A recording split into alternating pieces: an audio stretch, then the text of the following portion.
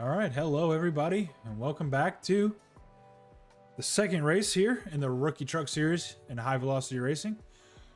Rocking solo for the time being, but as per usual on Sunday nights, this is Bryce, and we'll have Will joining in the booth here in just a couple minutes. But Las Vegas Motor Speedway here tonight.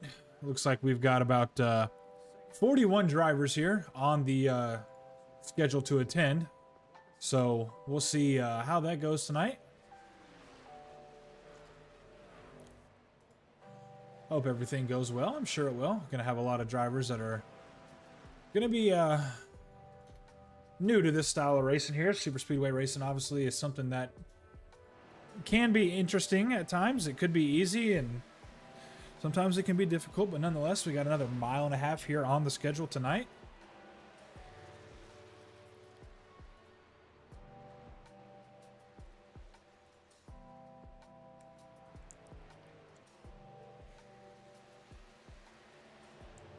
Definitely looking forward to getting this thing on and going here shortly. As you guys can see, we got about 17 minutes left here in practice.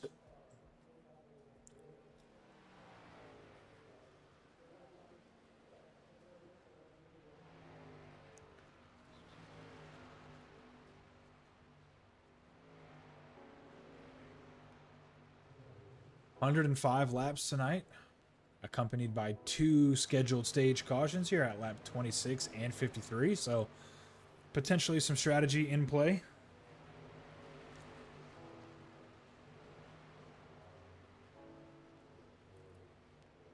Hop on board here with some of these guys out on track.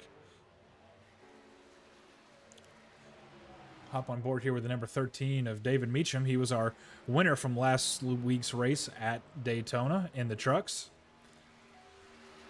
Right now, he's at the top of the leaderboard as well as far as the fastest lap in practice. So we'll see if that's a trend that holds true and if he can hold on to that fastest lap over this course of the practice. And of course, throughout the course of the race, a lot of entries, as I previously mentioned. So a lot of opportunity for things to go wrong, but nonetheless, I've got faith in him, and he's actually sporting a Las Vegas Inferno livery on his truck here. So potentially a holding track for him, looking to make it back-to-back. First driver with an opportunity to do so in this series, and points races, that is.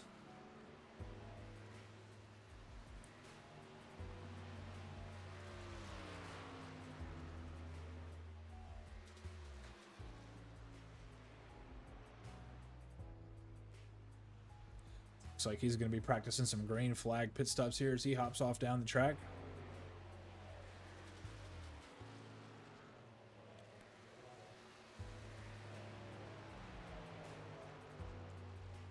Do a slight refresh here of Trading Paints. Anybody that's familiar with the program knows how finicky this program can be.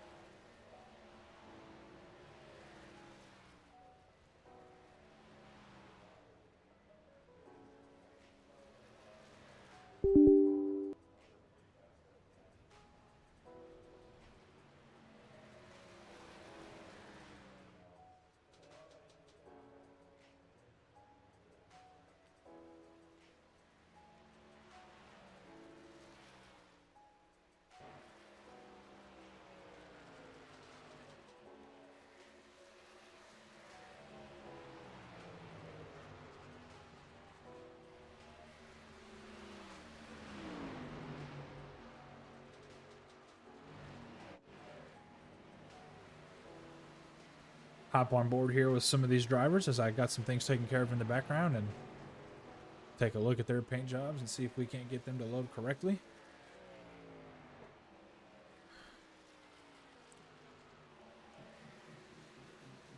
Trading Paint, so definitely taking its time. There we go.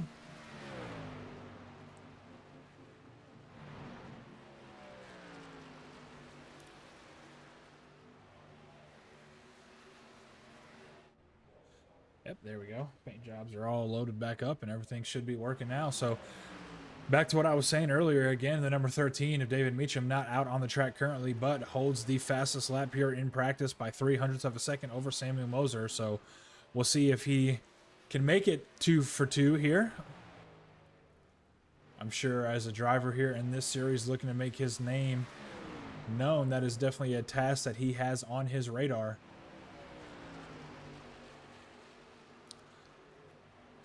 Couple guys from last week, well, I would say a decent amount of guys from last week are probably going to have a little bit of a chip on their shoulder based on some of the chaos that we had last week. A lot of strong trucks that didn't get to finish where they wanted to, or finish at all for that matter.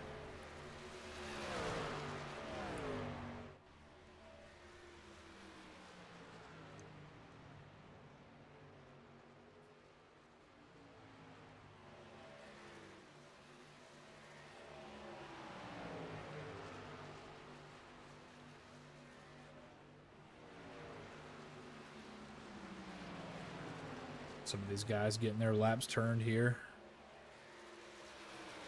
A couple guys testing out that high line. We'll see if that's the line that they'll be able to make work in the race.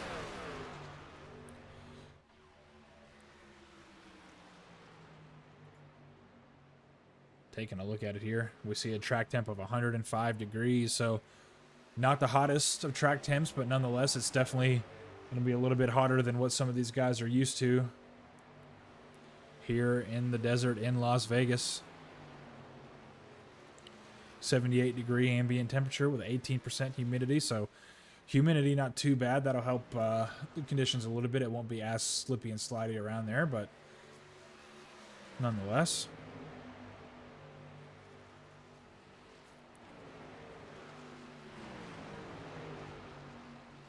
Hop on board with Mike Kuffel and see if it's he can keep all 4 tires on the ground here. It's a running joke that we'll be mentioning throughout the course of the season.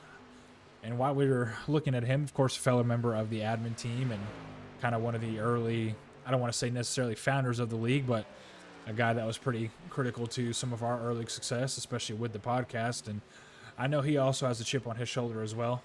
Got to the front of the race last week at Daytona and made an aggressive move, which, you know, if you guys in here are familiar with me, you know I definitely applaud that kind of move. It just didn't work out for him. So again, another driver that probably didn't have the finish that he would have liked to have had at Daytona. But first race of the season at a super speedway. Not too much there. Season is definitely not over at this moment in time. Still a lot of weeks left here in this season to make some moves and make some things happen.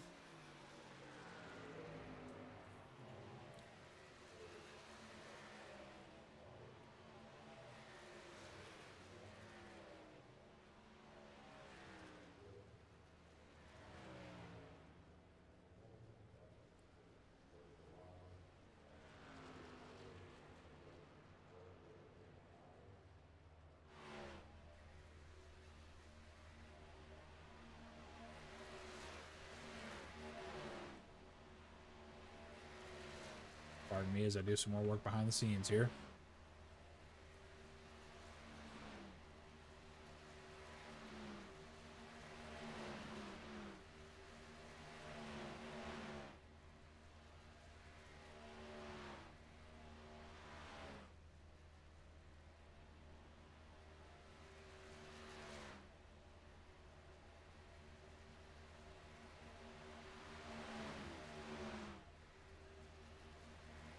All right. Again, helping some of these guys here behind the scenes, and looks like David Meacham still holding on to that first place qualifying spot up to this moment in time. Still 8 minutes left. We'll see if that will change. I would suspect that's either going to go one of 2 ways, though. I mean, being now that the track is populated with roughly about 30, looks like we've got 35 drivers in the session, 32 that have turned a lap. So not going to be much of an open track out there to get laps turned, but we'll see if he can hold on to that. Also hop on board here with Matthew Chase, who has the 4th place lap here. We see him in the what looks to be the, ironically enough, Class A, maybe Class A safety service truck, not to be confused with Class A trucks in high velocity racing. Another one of our contributing members to the High Velocity Racing League as far as work that they do behind the scenes. We met him here. This is his first season, but he's done a great job up in the booth for us so far. So, Chase, if you're listening back to this in practice, we're glad to have you on board. Thomas Fuller, also a name that's really is one of the founding fathers of this league. Glad to have him back out there on the track. We see him in this number 87. Teammates with Sean Happick. See if he can turn down some good laps here. He's 12th place right now as far as lap time, so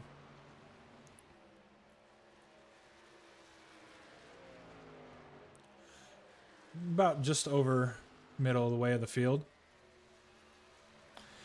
So what we're going to go ahead and do, gentlemen, I'm going to throw you guys back on a quick intermission screen, give these guys some words of encouragement, have a little driver's meeting here. We will see you guys in just a couple minutes for qualifying.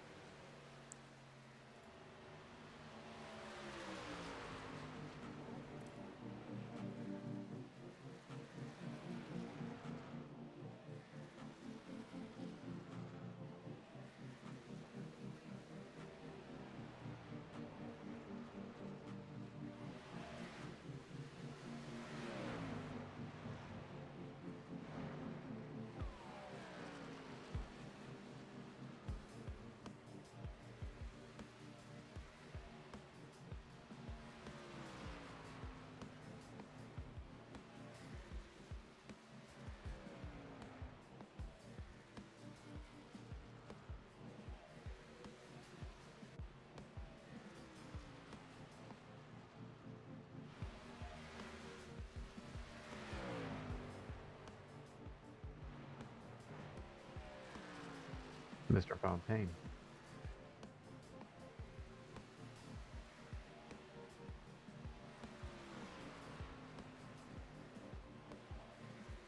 Are you going to do it before qualifying?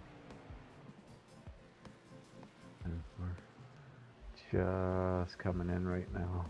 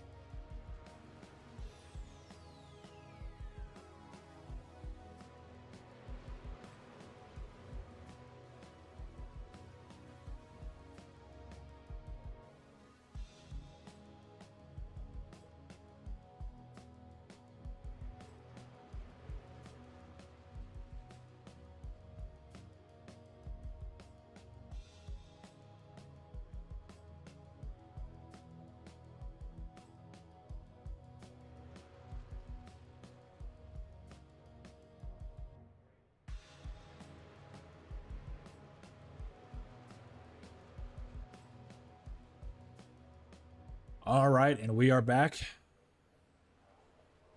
Another 57 seconds here before qualifying is underway. I am also back live here in the booth. I don't know how much of that you caught from the drivers meeting, but we got 4 cars that we are going to bar from qualifying. We do not have 43 drivers on the field tonight, so Yeah, 10-4.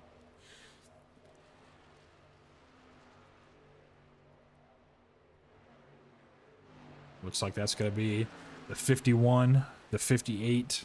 74, 98. Yep, Got that it. is correct. He is on the ball. So, well, glad to have you back up here in the booth with me.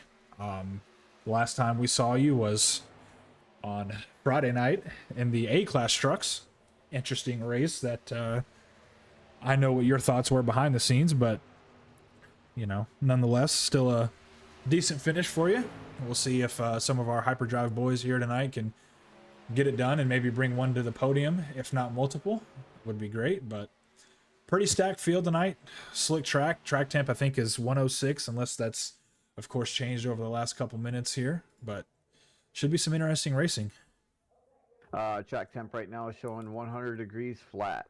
Gotcha. So it's actually dropped since the last time, but nonetheless, still probably a little bit slicker than some of these guys are used to.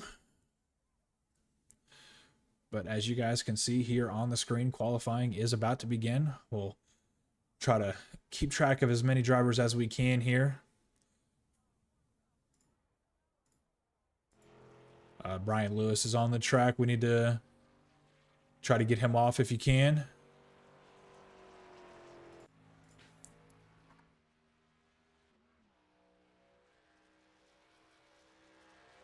Working on it.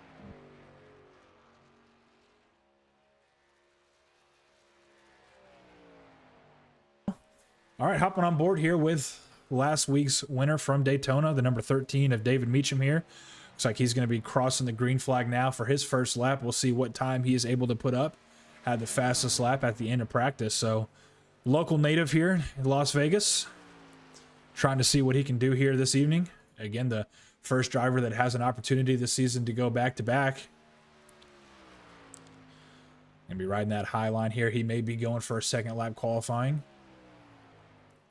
or just feels like the high line is the way to go. So we'll see what lap he has here and see if he'll be looking to push harder on his second lap here.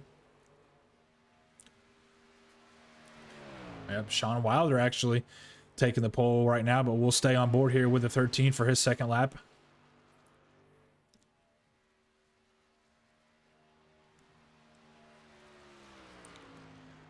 Yeah, going to be diving low here to the bottom, so he may have just been taking it easy on that first run, getting some heat in the tires. Cuts the apron here, try to get that extra 10th, and we'll see if that will stick. And that does. That puts David Meacham on the pole for now. Still a couple drivers left here to qualify. A lot of movement here on the scoreboard. Hop on board with Sean Happy Havoc here and see what he's able to do. Got him scored in the 4th place qualifying spot. It looks like he's done with his run.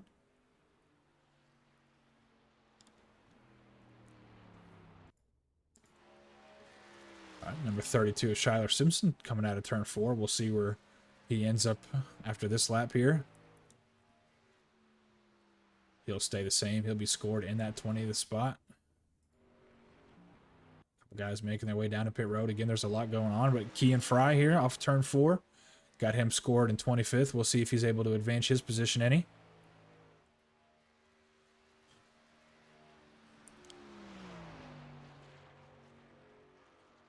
Shout out to Grady in the chat. Kean Fry going down the standings here just a little bit. Looks like he may be wrapped up with his run, and he is here. So, there we go. Hop on board here with Corey Moore now. Number 45 Growmaster Chevy Silverado. Got him scored in the 23rd position at this time. On his way down the backstretch here on his flying lap.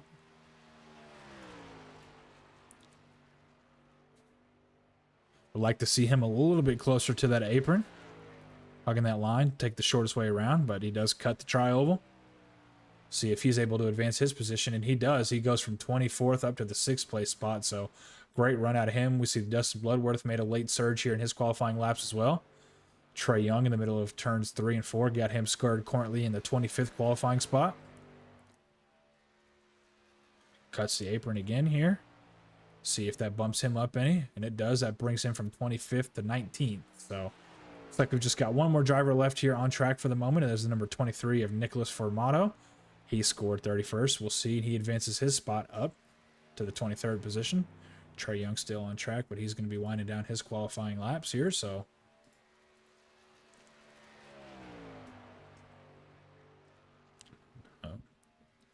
Yeah, right now, Mr. Meacham is actually on the pole, and I gotta tell you, he's pretty quick, man. He's new to the league, and he's showing quite a bit of speed for the past couple weeks. yeah, we had our eyes on him on practice, and he was able to have the fastest lap on practice, so it looks like that does carry over to qualifying as well, and he's got that pole position, and it looks like just about everybody, if not everyone, is done with their qualifying lap, so there's a very high possibility that that lap is going to stick, and that's going to put him on the pole here for tonight's race. So mentioned it a couple times, but I'm going to mention it again with you in here now as well. First driver that has an opportunity to go back to back this season, and he's in a good spot here to try to make that happen. Yes, sir. You can't win them all unless you won the first one, and he did. So Yeah, absolutely. We see qualifying coming to an end here.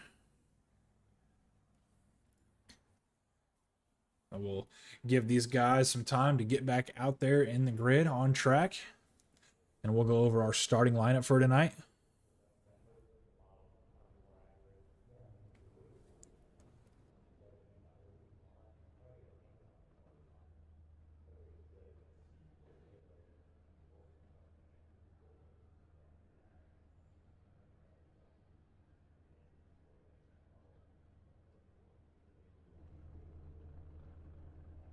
yeah, let me know. I'm working on an EOL right now. Brian Lewis, I couldn't do anything about him because it was a you can't do anything unless it's a race session. It was qualifying, so I'm just going to put him dead last on the field.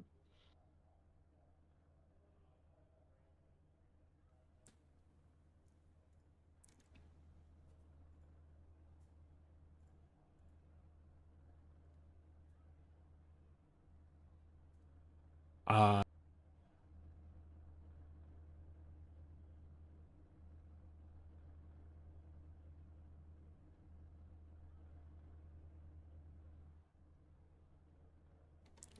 all right, ladies and gentlemen, we'll go ahead and start going over the grid here for tonight's race.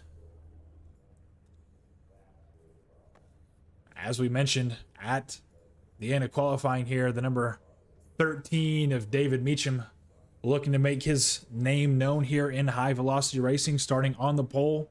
Once again, a driver that's looking to stay up front for this race here and try to make it back to back after an amazing win last week at Daytona. Starting on his outside, we've got another Toyota truck here in the number 8 of Samuel Moser. A pretty solid lap here from him as well. So two drivers that are, again, up front on the front row looking to make their way around Las Vegas for 105 laps and try to be there at the end when it matters. At a number 22 here of Randy Cornwell starting in the second row on the inside line. A driver that we've seen slip through the cracks here in all 3 series, but nonetheless, he's in, and another performance out of him tonight that he's looking to make a positive one. He had a pretty decent run there in the Xfinity series and was just on the opposite end of some fuel strategy. So we'll see if there's anything that he can learn from that here tonight and try to make something happen. Starting on his outside, another Toyota here, and number 52 of Sean Happy Happick. Another driver that's hungry to get a win here this season. Feels pretty confident that he may be able to get a win or two. So we'll see if he's able to hold out on some strategy and make something happen here. Got a teammate here going to be starting just one row behind him on the inside in another Toyota in the number 4 of Dustin Bloodworth. Newer name to the series, but a name that Sean has spoken pretty highly of, so we'll see what he's able to do here tonight. Starting on the outside here of the third row, we've got the number 45 Growmaster Chevrolet and Corey Moore. And in the fourth row, we've got the number 31 of Matthew Chase. Again, another driver that's new to the series, but He's made his name here, at least up in the broadcast booth. We'll see if he's able to replicate his broadcasting performance out there on track with another solid performance, starting in the top 10. So congratulations to you, Mr. Chase, and good luck to you. Starting on his outside here, rounding out the fourth row, we've got the number 84 of Patrick Camburn, a name that I'm not too familiar with, but again, maybe he's looking to make a name for himself in tonight's race here at Las Vegas, and we'll see what he's able to do. Starting in the fifth row, we've got Hunter Jock in his Ford F-150. Glad to see a Ford out there. It only took us 9 spots, but we got one, so good luck to Hunter. And rounding out your top 10 for tonight's race, we've got the number 11 Detroit Red Wings Chevy Silverado and Reed Sanders.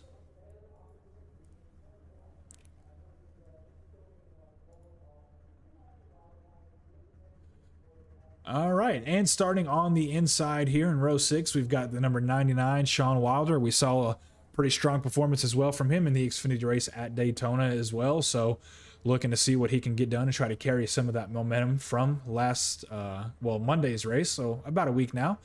Got some playoff points there, so we'll see if he's able to replicate that performance here again tonight. We've got another teammate of his on the outside as well, and number 53 of Chris Winiger. Again, as I just mentioned, teammates there, so looking to see if they can get hooked up and work together and try to be on the positive end of strategy here. Starting just behind them on the inside, we've got the number 16 of Travis George, another name that's returning back to the series and had a pretty strong performance last season. He was up there towards the front for a good majority and definitely had a run at the later half of the season. So we'll look to see if he can carry last season's momentum over to this season. And rounding out the 7th row here, we've got the number 87 of Thomas Fuller, a name that is a staple to our series, but he's not been able to run maybe all of the races that he would have liked. But again, glad to have him back, and we'll see what he's able to do here. Starting in the 15th position here, we've got Hyperdrive teammate Parker Weekly. I know he's a driver that was missed last week's race, but I know he's going to be looking to try to make some moves here in this race and try to get things going. And starting on his outside, we've got the number 88 in the Bucky Silverado of Daniel Quinn. Starting just on the row behind him, we've got the number 17 of the number 28 of Clint Hackett starting in the 17th spot. A driver that showed some great speed here and some great prowess in his Daytona debut last week. Again, on the unfortunate end of some calamity, but we'll see if he can make his own luck here tonight. Got another returning driver in the number 24 Toyota TRD, and Todd Champ, a driver that joined us at the latter half of last season, but definitely made quite a bit of his name for himself. Rounding out the 10th row here in 19th, we've got the number 77 of Trey Young, another driver that was able to make his way towards the front last week and was a hell of a pusher, so we'll see if he can push his way out there on the track to a podium or a top 10. I think top 10 would be a pretty respectable finish here in a field this size. Starting on his outside, rounding out the top 20, we've got the number 54, Randy Post. Again, another driver that we talked about quite a bit last week, so hoping that he can make a run here. Rounding out the 11th row, we've got the 46 here of Christian Noble, a driver, again, returning back to us for this season. So, Christian, glad to have you back here and part of the series. And starting on his outside, we've got the number 12 of Christopher Dyke, taking over that number 12 number, hoping to represent that pretty well. And the 23rd spot here, another Toyota, we've got the number 23 of Nicholas Formano, another rookie driver here to the series, so we'll see if he can make something happen, as we have a returning driver on his outside and the number 95 of KT McCann. He's shown speed here last season, just on the unfortunate end of some strategy and a couple wrecks, so we'll see if he can keep that nose clean here tonight. Also, another returning driver here, the number 34 of Kendon Cook, a driver that didn't get to attend all the races last season, but nonetheless, glad to have you back, Kendon. Starting on his outside, we've got another K&W teammate here of Mike Kufel, starting in the 26th spot. He's probably a little bit further behind than he would have liked, but I've got faith in him that he can make his way back to the front when it counts. Another newer driver here to the series, we've got the number 32 of Shyler Simpson, a driver that's joining us here this week in his Hooters Chevy Silverado. See if he's able to make some moves out there. Rounding out the 28th spot, we've got again another returning driver, so it's really glad to see that we've got all these returning guys. We've got the number 93 Bass Pro Shop Chevy Silverado and Thomas Long. And rounding out the 15th row, we've got the number 10 here of Kyle Wigglesworth and his Toyota TRD truck. And starting on his outside, we've got the number 14 of Key and Fry. Just behind him, we show the number 31 of Timothy Clements, another driver that was able to make his way towards the front at Daytona, and just unfortunate with some accidents here, but nonetheless, see what he can do. And rounding out his outside, we've got the number 30 and Aaron Creighton, another hyperdrive driver. Hopefully we can see a good solid finish out of him here tonight. And just in the row behind him, we've got the number 75 of Dalton King here, a guy that I know personally and dealing with some injuries, so hopefully he'll be okay and able to make it go and get around here and finish out this race. And starting on his outside, we got the number 58 of Brian Lewis. We heard at the top of the broadcast here that he was hit with an EOL for a penalty last week, so he's going to be starting from the tail end here of the field. And then a couple other drivers here that looks like they haven't made their way out to the grid just yet, but nonetheless here we're going to be rounding out of turn 4 here. Coming to the green flag. These drivers are about to enter the Geico restart zone for first mile-and-a-half race here in the rookie season of high velocity racing. Green flag out in the air. See the 13 of David Meacham get a good start here on the inside. Getting a little shove into the corner from the 22 of Randy Cornwell. Just going to be hugging that low line here.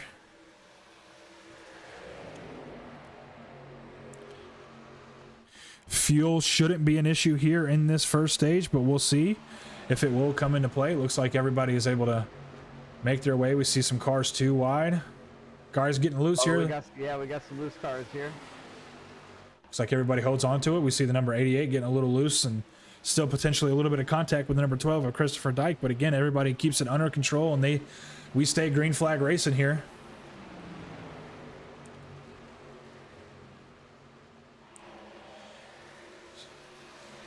See these cars, or trucks rather, starting to get a little bit more spread out as they make their way around Las Vegas Motor Speedway. David Meacham, though, pulling out to an early lead here. We'll see if he's able to maintain that lead over the course of the run. As we see the number 3 of Parker Weekly making his way up through the field. Just got word that the 67 is going to pit in right now, so not sure if he's having engine troubles or what's going on. Yeah, interesting. Their truck looks pretty clean, but see what he's got going on there. I'm not too sure, but we'll see what's going on there.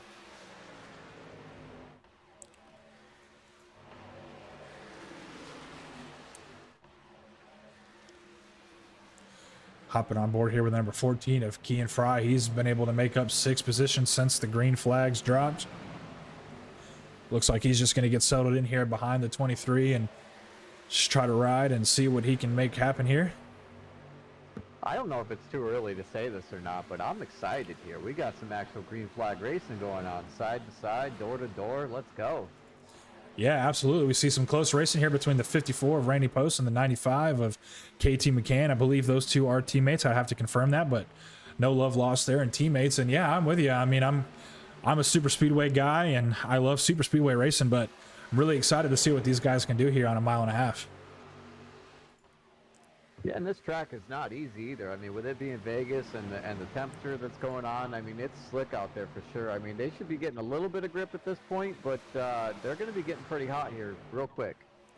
Yeah, tires are definitely going to be crucial here over the course of this run. Again, fuel, maybe not so much of an issue up at this moment in time, but, you know, still tires are something that you're going to want to take care of.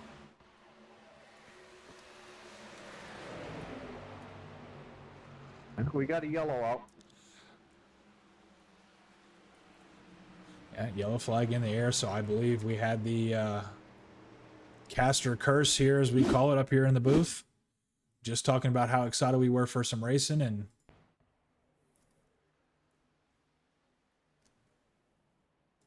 trying to see what happened here as we hop on board. It looks like he may be out of the race here. If you get eyes on what happened there, feel free to let me know who to jump on board with.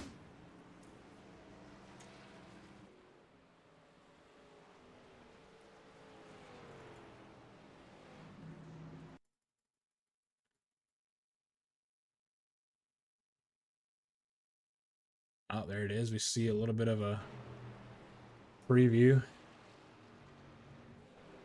I'm not really seeing where it went down. Did you? I'm trying to get on board with it here and see. I had a view from Mike on his truck and saw some stuff happening, so we're going to try to see what's going on up front here. A lot of these cars blinking out, so it's kind of hard to keep on track with what's going on, but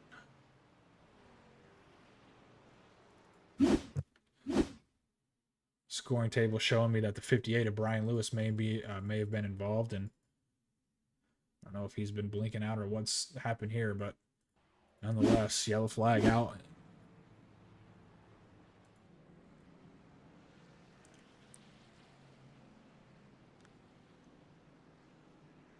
I want to say I potentially saw the 88 truck involved. Just trying to find him on the grid so we can rewind and go back here. We'll rewind here with the number 88 and see if we can see anything from his point of view. Try to get eyes on what happened there for that last accident. And looks like maybe some issues under yellow flag here as well.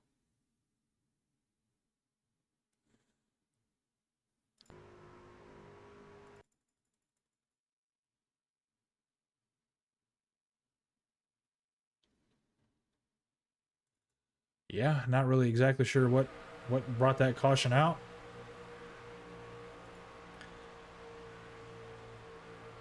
Saw some guys wrecking and going off track, but some of the stuff that I saw there looks like it was already happening, so try to see if we can't get this taken care of here as well.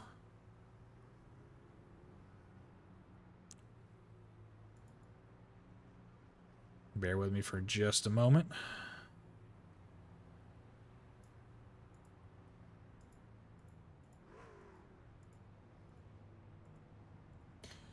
All right, and that should eliminate the cars blinking out here. Oh, we see lights are off on the pace car, so first caution of the night, but a pretty solid run nonetheless. Hopefully these guys can kind of calm it down here just a little bit and keep that green flag racing going.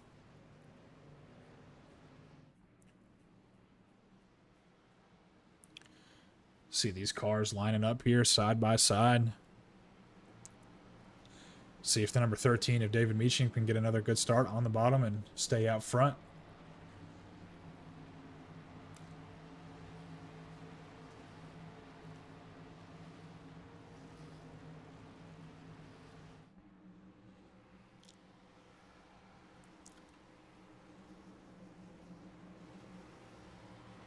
Confirmation, the 54 of Randy Post and the 95 of KT McCann are in fact not teammates, so a little bit of rough racing there, but nonetheless, hop on board here with the number 13 on this restart again, see if he can get a good launch on the bottom and try to make a gap on some of these guys. First stage caution is at lap 26, and green flag back in the air here at Las Vegas. It's like everybody able to keep it under control here.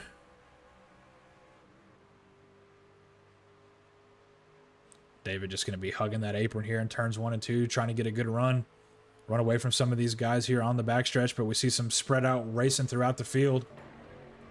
Yeah, hopefully everybody remembers that after that caution lapse and everything, the tires are going to be cooled down again, so everybody's going to be slick once more.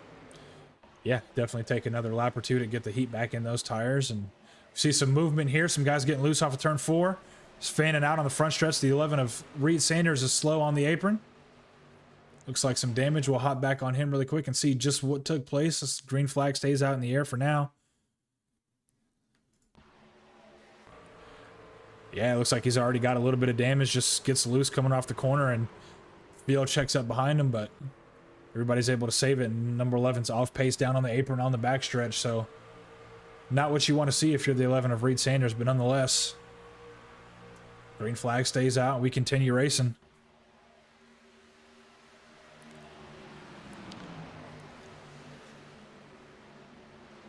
On board here with number 52 of Sean Happy Happick. Down just one position.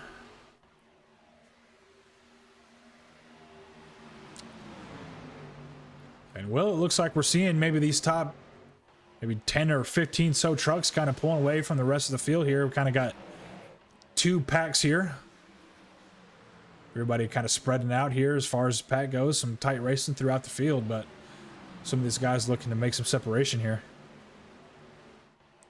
See, yeah, top eight are definitely 7 for sure. 8, number 31's kind of lagging back a little bit from that front group, kind of in between the two groups, but he's hanging in there more with the front. Top 8 guys are kind of pulling out good second and a half ahead of that second group, but that's to be considered here at Vegas, to be honest with you. Some of these guys, hopefully they're taking care of their tires and not just trying to run away with it at the same time, you know? Absolutely, and we saw the first place spot there under contention for just a moment between the 13 of David Meacham and the number 22 of Randy Cornwell, but David Meacham wins that battle. But if they continue to battle like that, if you're someone like Sean or Samuel Moser here, you may be looking to capitalize on them battling and maybe getting a little bit of extra heat in their tires or just potentially slowing each other down. But as I say that, it looks like they're pulling out just a little bit here over the third place car and Sean Happick. But I want to highlight here the number 95 of KT McCann, excuse me. He's up 9 spots since the restart, so he's slicing and dicing his way through this slam-packed field tonight.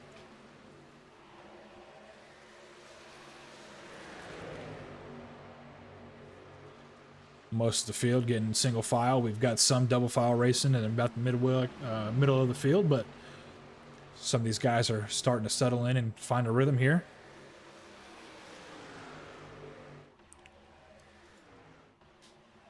Yeah, we're about 10 laps to stage, so. Yeah, definitely still some time for the tires to fall off. Yeah, top 10 guys are going to be the ones that's going to be getting stage points as well.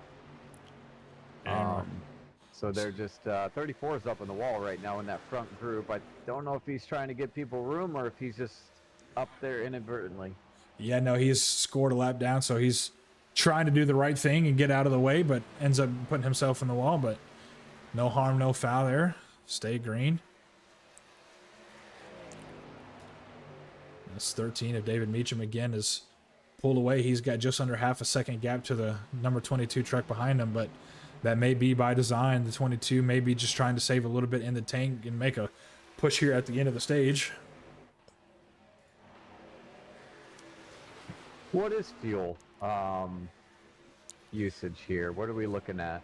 So I'm being told that the fuel window is just around 28 laps. So, of course, give or take, maybe a little bit more, a little bit less, depending on how fast these guys are running and how they're able to, I don't want to necessarily say save, but around the 28 lap window. So especially with that caution that we got, I don't believe fuel is going to be an issue here for this stage. Yeah, I don't think so either for this one. We'll see what happens with the next one, but if it's 28, then I think they'll be all right. But hopefully we can get some green flag stops in after the second stage. That'd be awesome to see. Yeah, we'll see if that's going to happen. We see a battle now for the 5th and 6th place position. The number 84 and the 45 battling for 6th. 45 riding the high line. He's going to get the momentum on the backstretch. We'll see if he can maintain that momentum into turns 3, and it looks like he will clear the 84. If the 84 is not careful, though, he's going to find himself under attack from the 31 of Matthew Chase.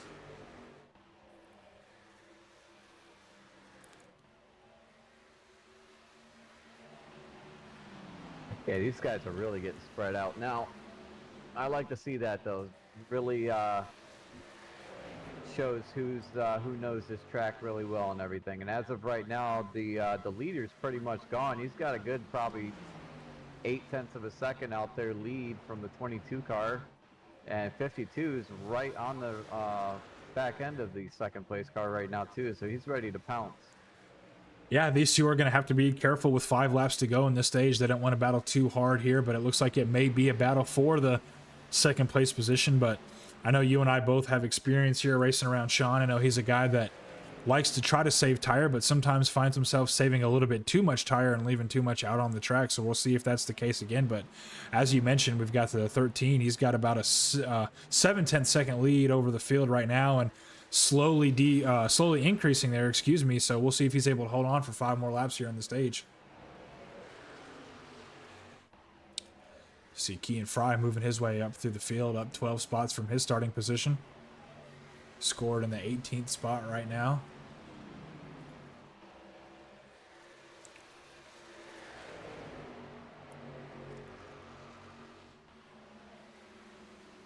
Starting to get a little racy here towards the middle of the back of this first pack here. Guys realizing where we're at coming to the stage and trying to fight for every stage point they can get. This is a completely different field from what we've seen at Daytona. I'm really liking this. Yeah, everybody's keeping it clean, and for some of you guys that are watching, we do have an IPL system in place for some of these, well, for these rookies. That's incidents per lap, and everybody that attended last week's race, apart from Sean Happick, is on that IPL list, so they're going to be looking to turn some clean laps and stay off that IPL list. But I don't know if something happened here with the number 95 of KT. Show him slowing up and getting past the field, and he's in his box now. We'll rewind with him and see just what happened with him here. Oh, the number 24 of Todd Champ gets loose on his inside, and nowhere for KT to go. He just gets slammed into the wall, but green flag is still out.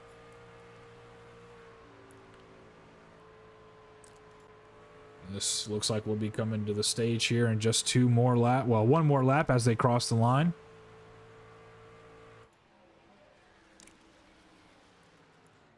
So unless the number 22 of Randy Cornwell can make an incredible run here in this lap, I think the number 13 of David Meacham's got this under control. But we got a battle now for the third place spot with two teammates in the 52 of Sean Happick and the 4 of Dustin Woodworth. Yeah, Sean wasn't giving that spot up. No, and he's able to hold on to it for now. On the outside, he should get a little bit of run, but 13 of David Meacham wins Daytona and wins stage 1 here at Las Vegas Motor Speedway.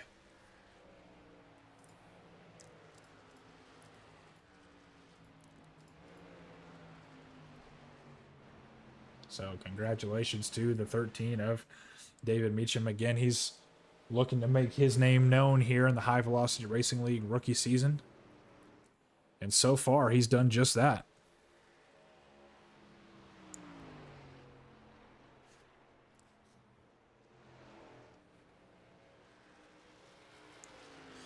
Just see he be rounding his way up, trying to get in touch with that iRacing official pace car.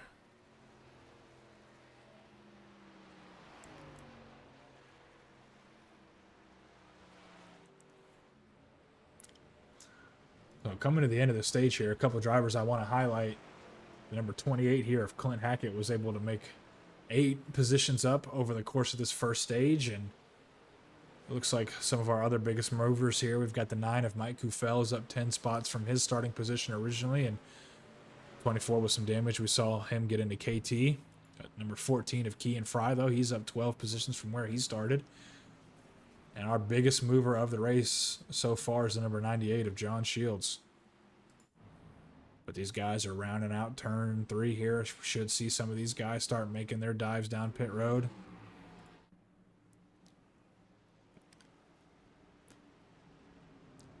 And here they go. Pit stops at Las Vegas.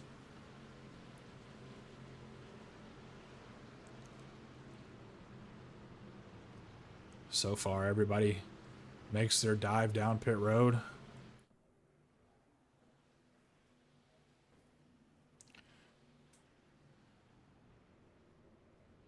Looks like all these drivers that are up front, pretty clean spots. We see a couple people slide just past their box. That could be due to some of the more slick conditions we have out there tonight.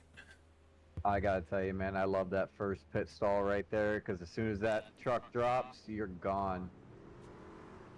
Yeah, absolutely. And wow, if you're Sean Happick, you're not too happy with that pit stop. He actually loses about 6 places down on pit road. So maybe slid his box too far and had some trouble getting that thing wound back up. But let's see if we can't get in touch with our stage 1 winner here of David Meacham.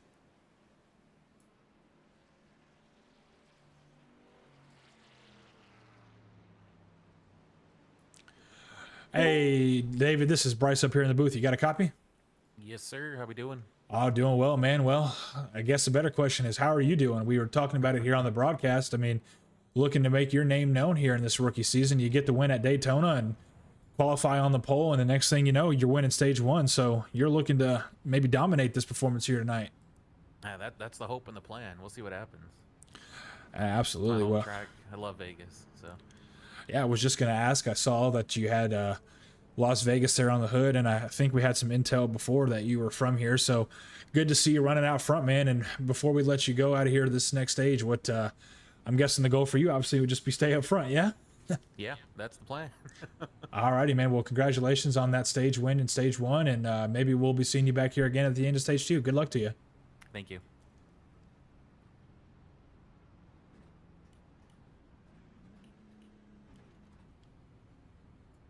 That was number 13 of David Meacham. Again, stage 1 winner and pole sitter for tonight's race. Yeah, and as I mentioned, Sean finished 3rd at the end of that stage, and he's now scored in 7th. So a little bit of a rough pit stop for him. We'll see if that comes out to end up biting him in the butt. But so far, everybody's kept it pretty clean, so not too much chaos going on out there. I don't foresee any issues, but we'll see what happens. But nonetheless, it's more cars that he's going to have to pass, so we'll see what he's going to be able to do over this next run.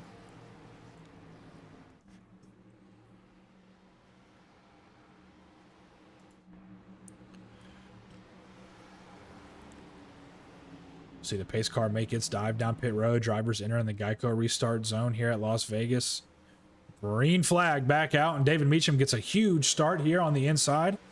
He's going to gap about a truck and a half here on the field. Everybody keeps it clean. We see a couple guys making some lane changes here, trying to get into their ideal position. We see the 13 of David Meacham just hugging that bottom line there. Getting a run out of the backstretch. A couple guys poking their nose out.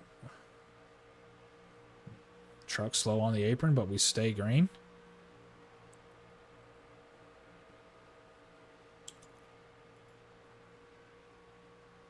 Some 3 wide action at the back of the field here.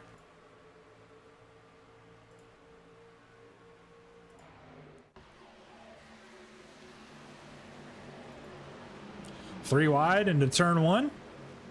Everybody holds on to it for now. Number 93 of Thomas Long on that outside line.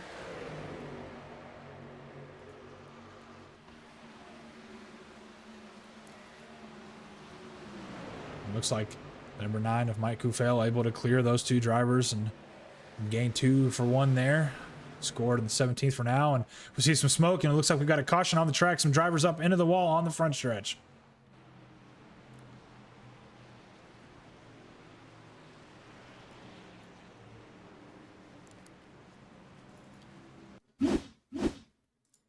Looks like maybe the number 53 of Chris Winiger involved in that one.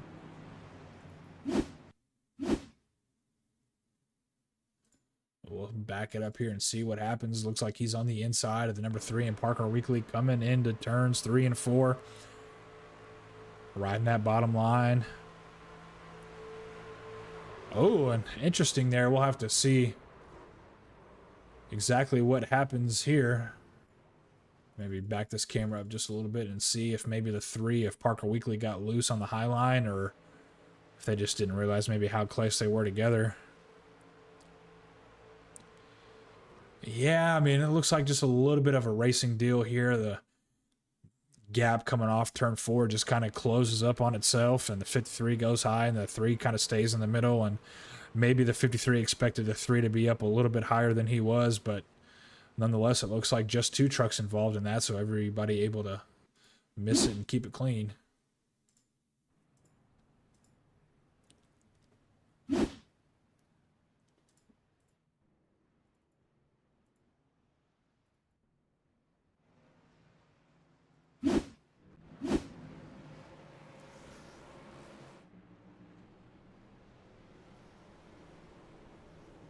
Oh, yellow flag out again for the 2nd time, apart from the stage caution.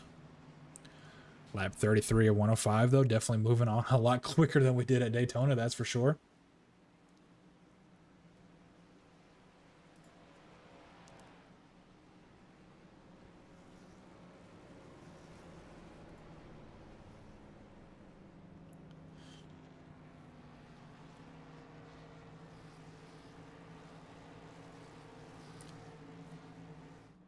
Light's still on the pace car. Looks like we may be coming up onto the green this time by. Well, coming to 1 to green. And once these drivers cross the start finish line.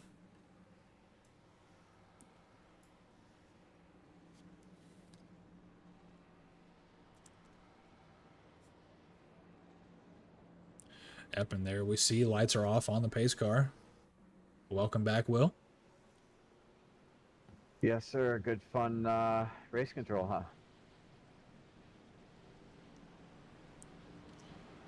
A little bit of chaos going on behind the scenes here. Is that correct? Oh, you know, it's truck racing. That it is.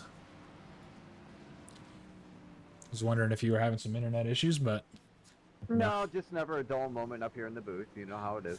absolutely. Well, third caution of the night, of course. The last caution we had was for the stage, so not too bad. I mean, we're definitely at a lot better of a pace than we were for Daytona last week, so that's good to see. A lot of these drivers kind of figuring out things here.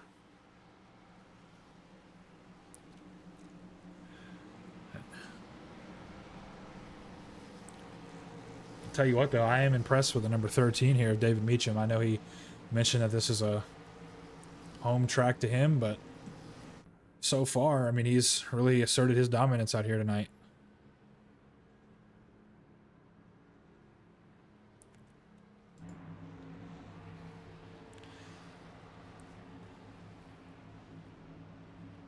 Green flag out at Las Vegas. David Meacham again getting another great start on the inside line. Getting about 2 truck lengths on the field. He got a really good start there on that run, or maybe the drivers behind him got a poor start. I'm not exactly sure, but see everybody hugging that apron in turns 1 and 2, hugging that white line, trying to take the shortest way around Las Vegas.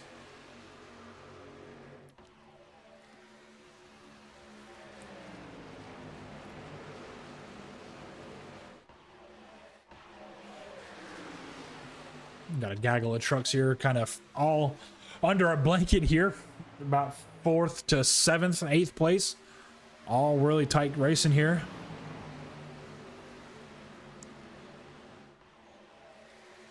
And Will, I've got to say, I mean, as you mentioned, I'm excited seeing these guys.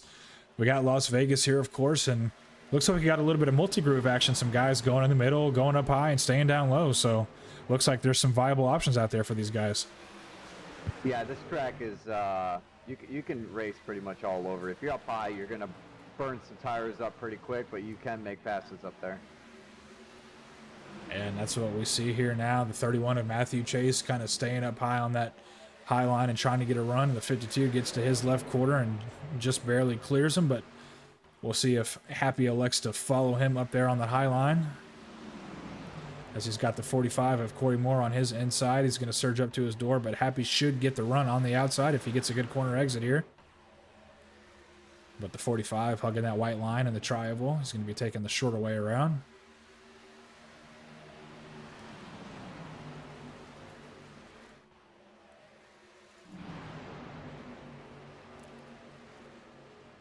Quite keeping it clean. It looks like the 32 getting a little loose coming off of turns 2. The 51 having to check up a little bit for him. Or see. 8 cars around. Yep, and the 8 truck of Samuel Moser, a guy that's been running towards the front all night. Looks like he has some issues, and the yellow flag is back out here once again. Try to rewind it and get a glimpse here of what happens with the 8. Maybe just some slick race conditions here.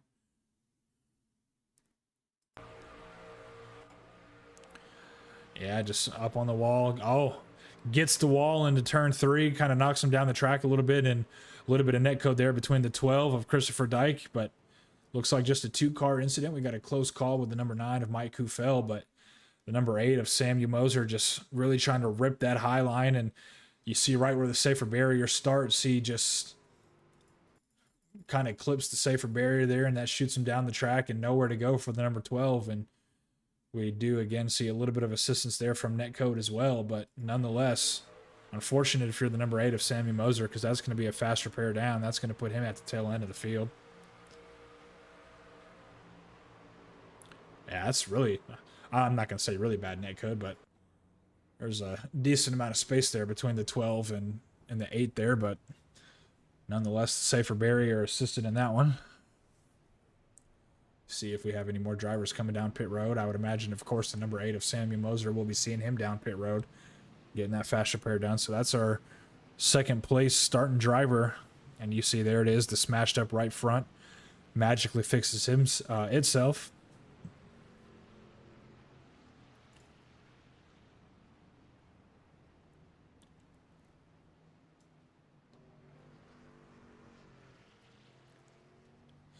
Hey, Sean, this is Bryce up here in the booth. You got a copy? Oh, I got you, man. Well, first and foremost, congratulations on the 4th place starting position. A pretty solid qualifying run out of there for you, and able to round out 3rd in that stage. We saw maybe potentially some issues on pit road. You came down pit road in 3rd and ended up in 7th. And maybe a couple issues there. Is pit road a little slick? No, I was trying to Bloodworth, my teammate. He was pitting right behind me. Just a little confusion there, and I was focusing on him hitting his pits, and I just went a little bit past my sign twice. Oh, Backed up, then back gotcha. up again. So, Gotcha. Gotta pay attention to your own sign there, man. I know. Boy, I tell you what, we have a bunch of fast guys in front of me. These guys are pretty quick, especially Meacham. He's gonna be a hard guy to catch. We got faith on you, man. I'm sure you'll have a real good finishing position tonight. Just keep her clean, and I like the racing we got going out there today compared to last week. So hopefully it stays like that. Maybe even clean up just a little bit more, and we can get some green flag pit stops coming up. Oh, it's been fun racing up front. I don't know how it is back there. Hopefully I don't get to find out, but it's been really fun up here. Oh, absolutely, man. We see the lights are off on the pace car, so we'll let you get back into it with your team. Good luck here. It looks like we've got about 15 laps to go here in the stage, so good luck to you, and hopefully we can see you on the podium for the stage again. All right, thank you. All right, that was the number 52 of Sean Happick, and so he does slide through his box, but not assisted from the temperature, or so he claims, just trying to give the little homie hookup to his teammate, and that ends up costing him a couple spots on pit road, but nonetheless, he's still scored in that same 6th or 7th position, so at least no more damage done there for him in this stage. Of course, would like to be still riding in that 3rd or 4th place position, but nonetheless, not too much harm done there.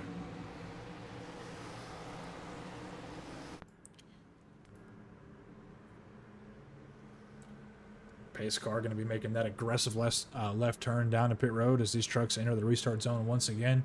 David Meacham has been really good here on these restarts. We'll see. Elects to go a little bit later in the box.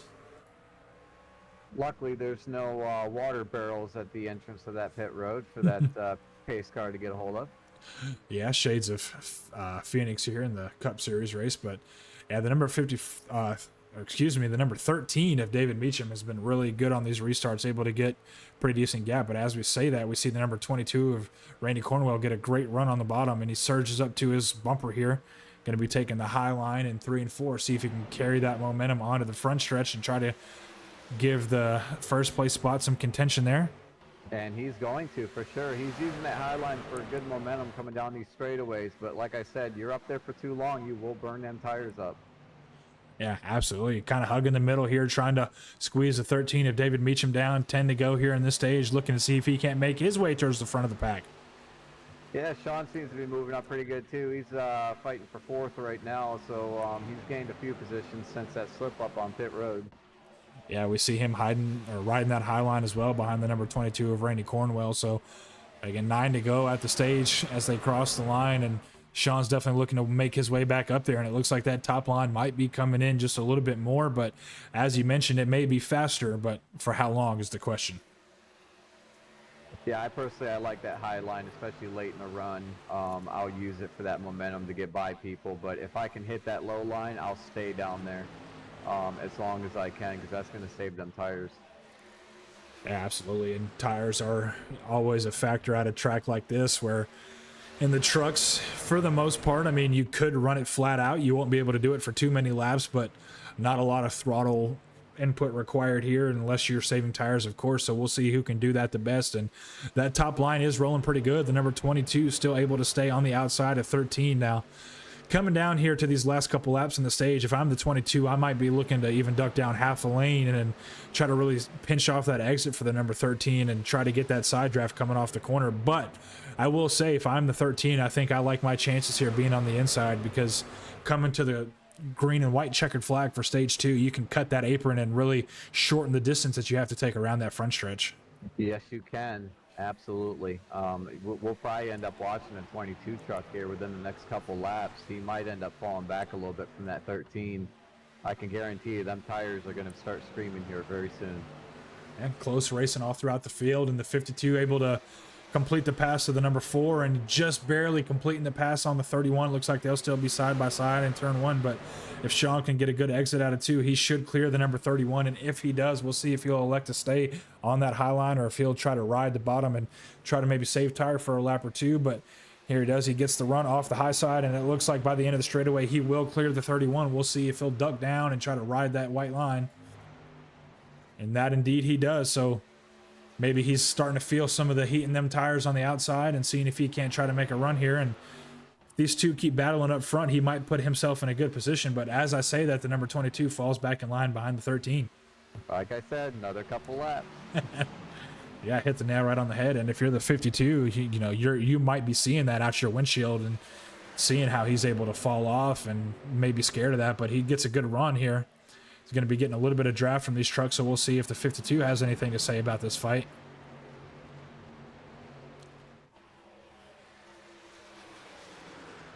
Yeah, that 52 is hungry. He's getting right up to that 22, and like I said, them 22's tires is probably feeling it pretty good. So I think 52 is going to make a run here very soon on him. Yeah, and if he does get to the 22, if he wants any chance at the 13, he's going to have to get around him very quickly, because the more and more that they fight, the more temp gets put in those tires and the further away the number 13 if David Meacham goes. But Sean now going back to the high line. Had a little bit of an awkward entry there. It looks like the 22 kind of stayed in the middle, and maybe the 52 wasn't prepared for that, so he gets a little bit of an awkward entry, and that's going to kill his run on the front stretch. And look at this. Thomas Fuller in 8th place here, making a move on the 99 of Sean Wilder. Looking to see if he can't get by the 45 of Corey Moore. Great run out of Thomas here. See some battling towards the back end of the field here. 2-3 wide coming into turns 2. It looks like they back out, and it's just 2 wide between the 64 and the 55.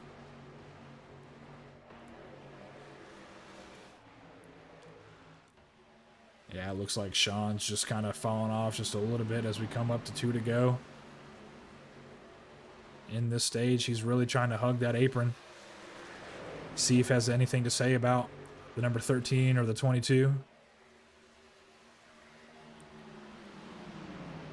I don't know, 52, Sean has been running that high line a little bit off and on too, so I think his tires are starting to feel it as well. That 4 car is actually coming right up on his inside.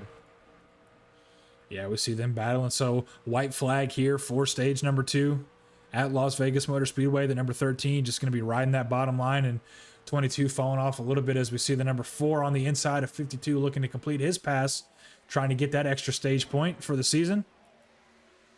Yeah, Sean's not going to give up that spot. He's going to fight tooth and nail for it. Yeah, absolutely. And if he gets a good exit off of turn 4 and he can get that run here, but the 4's clearing him's got half a car length, and the 4's actually going to clear the 52, and he is going to be able to make the pass for the stage. So an extra point there going for the number 4 of Dustin Bloodworth, teammate to the number 52, of course. So a couple of cautions there in stage 2, but nonetheless, great stage, and David Meacham takes the stage again. I would say it's what the kids these days are calling a clinic. Well, I guess more so that would be maybe what you old folk call it. I'm sure the kids would probably have another word for that these days, but nonetheless. I kind of feel like you were aiming that old person at me. I mean, if the shoe fits, right? I mean, you know. I prefer flip-flops myself, sir. Oh, okay. Well, flip-flops, work boots, high heels, it's all the same. We see the number 14 of Key and Fry getting some love in the chat.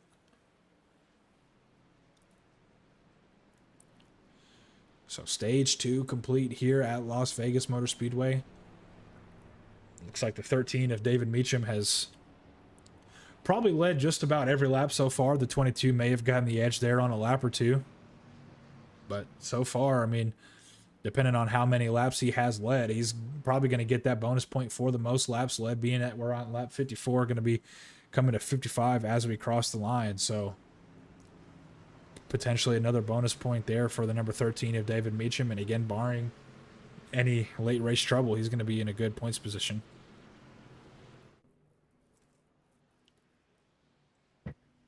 Let's see if Sean can have a better pit stop this time, shall we? We'll hop on board here with him and see if he gets in his box cleanly this time, and it looks like he does.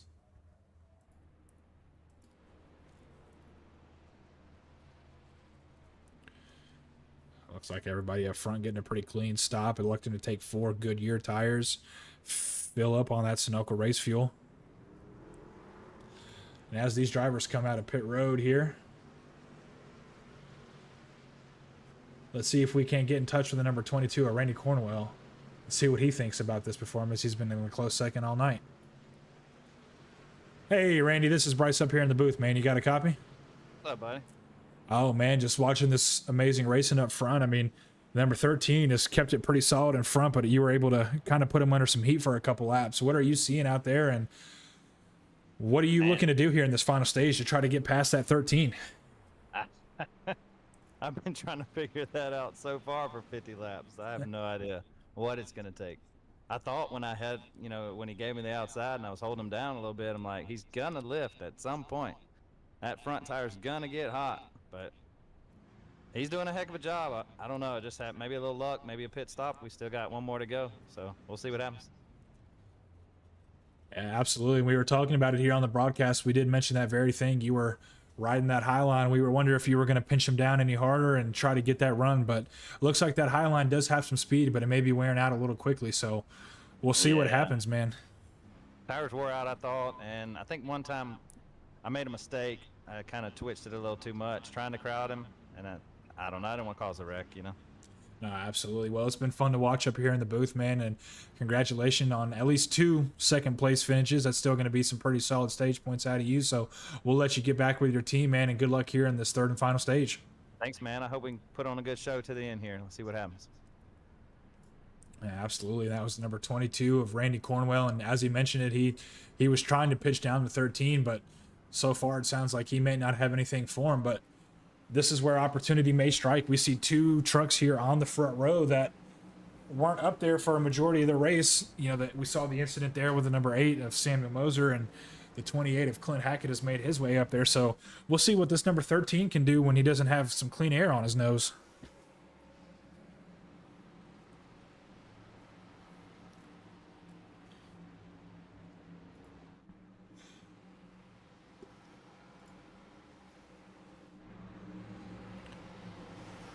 Yeah, that 8 truck didn't even come into pit. Yeah, it looks like he elects to stay out, so we'll see what that will do for him on strategy and how those tires play, but he does get a good restart here. The number 28 of Clint Hackett may have spun the tires on the outside line, because that outside line is not very strong at the moment. The 8 has about a 2.5 truck lead, but the 13 looking to close that gap here very quickly on those fresh 4 Goodyear tires. And as we see it already, gets to the left quarter panel of the number 8. The 22 close behind him in tow, looking to potentially make it 3 wide into turn 1 for the lead.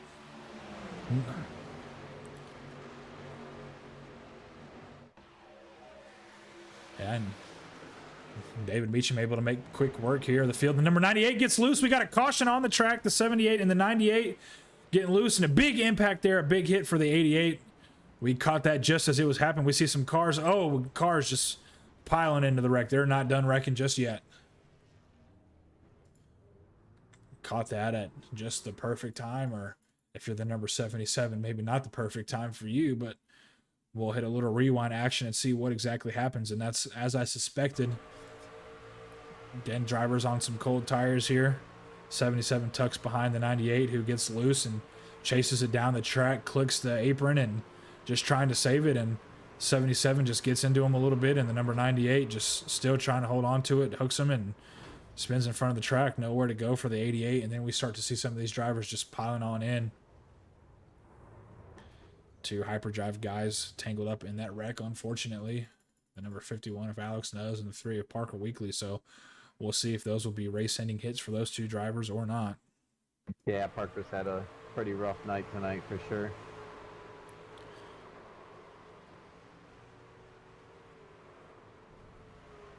So 1, 2, 3 cars, 4, 5, 6, 7 cars, 8 maybe in that wreck caught up in that. So that's a pretty big one at a track like Las Vegas.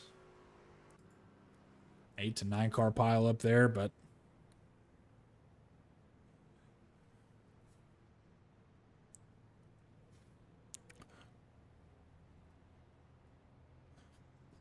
yeah, a couple drivers hitting the quote-unquote ARCA brake there for that accident.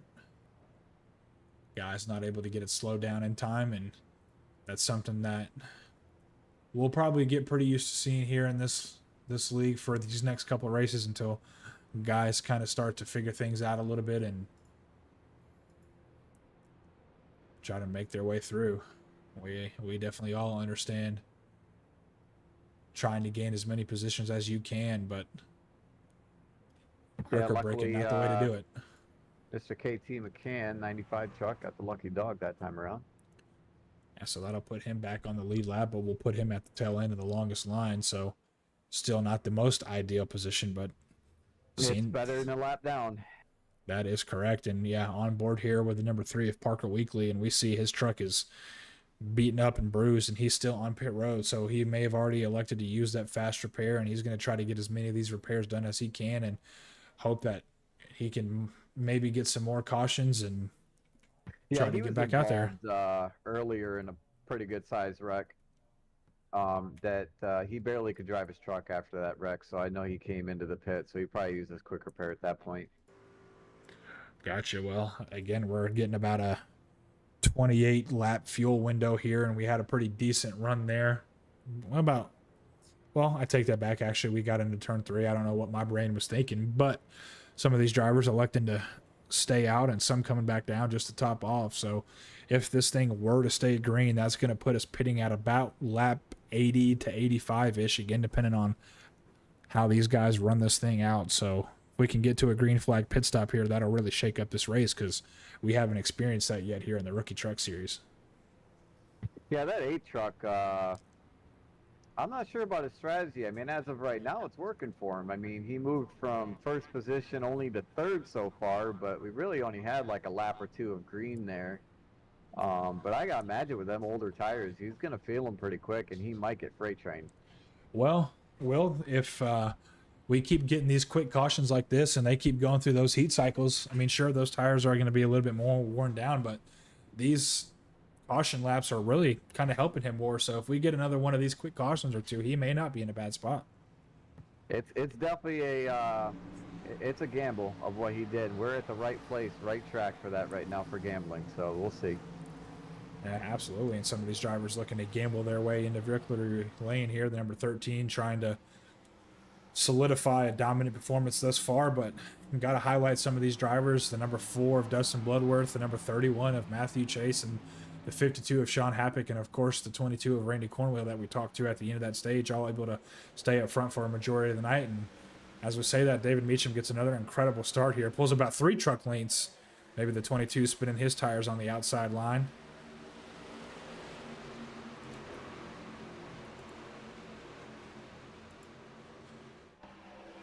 On board here with Mike Kufel, a pretty quiet night for him up to this point. Scored in the 16th position, looking to see if he can... 13 truck's going to be coming into the pit here. Oh, potential restart violation as we see some contact to the 84. That was close. And he's still saving it. He gets into the grass, so that may put him with a unsafe pit entry as well. So disastrous for the 13 of David Meacham. It looks like the... yeah, another spin around on turn 2.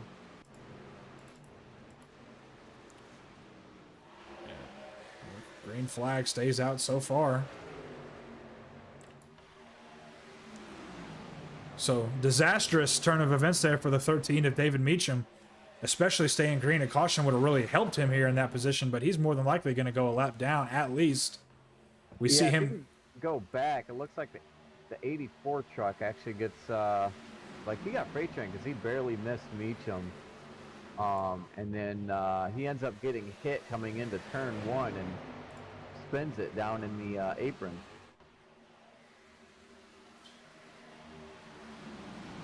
Yeah, we saw the 84 just get into the 13 there, and the 13 did a hell of a job trying to hold on to it, but it just wasn't enough. So that's going to put him at least 1 lap down, potentially 2. So disastrous there for the 13 of David Meacham. And as I say, that caution flag in the air.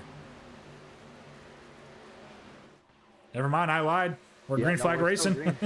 I don't know why my tower showed yellow flag, but disregard that. Well, the 22 truck is really liking life right now. I'm not sure what he had to do to get that to happen, but he was struggling getting by the 13 truck all night, and right now he's leading the pack. I'm gonna ask you a very important question here, and I don't want you to lie to me. You got a secret alliance with this 22? Did you drive all the way down there to wherever he's at and give him that rabbit's foot of yours? I am missing a rabbit's foot out of the garage, so he might have made a little visit before the race here. Gotcha. We see a number 88 slow on the top line. And there's contact between the 8 unable to get checked up. So the 8 into some more trouble again, but the green flag so far still out in the air. See the number 9 looking to go to his outside. Again, we stay green, and 22, Randy Cornwell doing pretty good with that clean air out front. Yeah, clean air is huge at tracks like this. But that 4 car is putting some, Mr. Dustin Bloodworth is putting a lot of pressure on that 22, so you know he's watching his mirror. Yeah, absolutely. And for the first time this season, let's see if we can't get a little bit of crank it up action.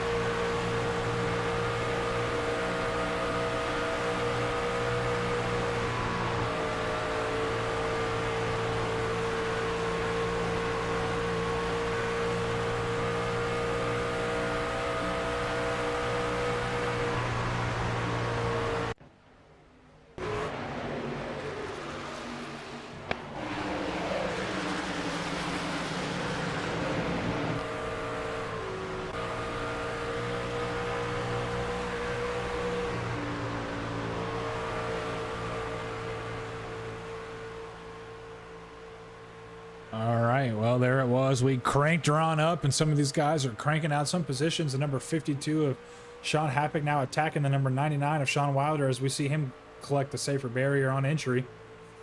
Yeah, Gets these down. two are used to each other from last season, so they know how to race around each other clean, and I'm sure we'll get a little door-to-door action too with them. So Yeah, absolutely. And we see the number 52 electing to make this run here on the low line for tonight, or for this run, rather. We saw him flirt with the high line here in that last run and was able to find some speed, but again, as you mentioned, at to what cost? yeah, it looks like 8 truck is finally going to end up pitting in here. Yeah, he actually got into a little bit of contact with, I believe it was the 88 who was off pace and nowhere for him to go. So I don't know if he did end up getting some damage or if he just decided to take an audible on his strategy there. Yeah, unfortunately, if he's fitting in now, that means he's not going to have enough fuel to make it to the end. Yeah, so gonna have to stop again and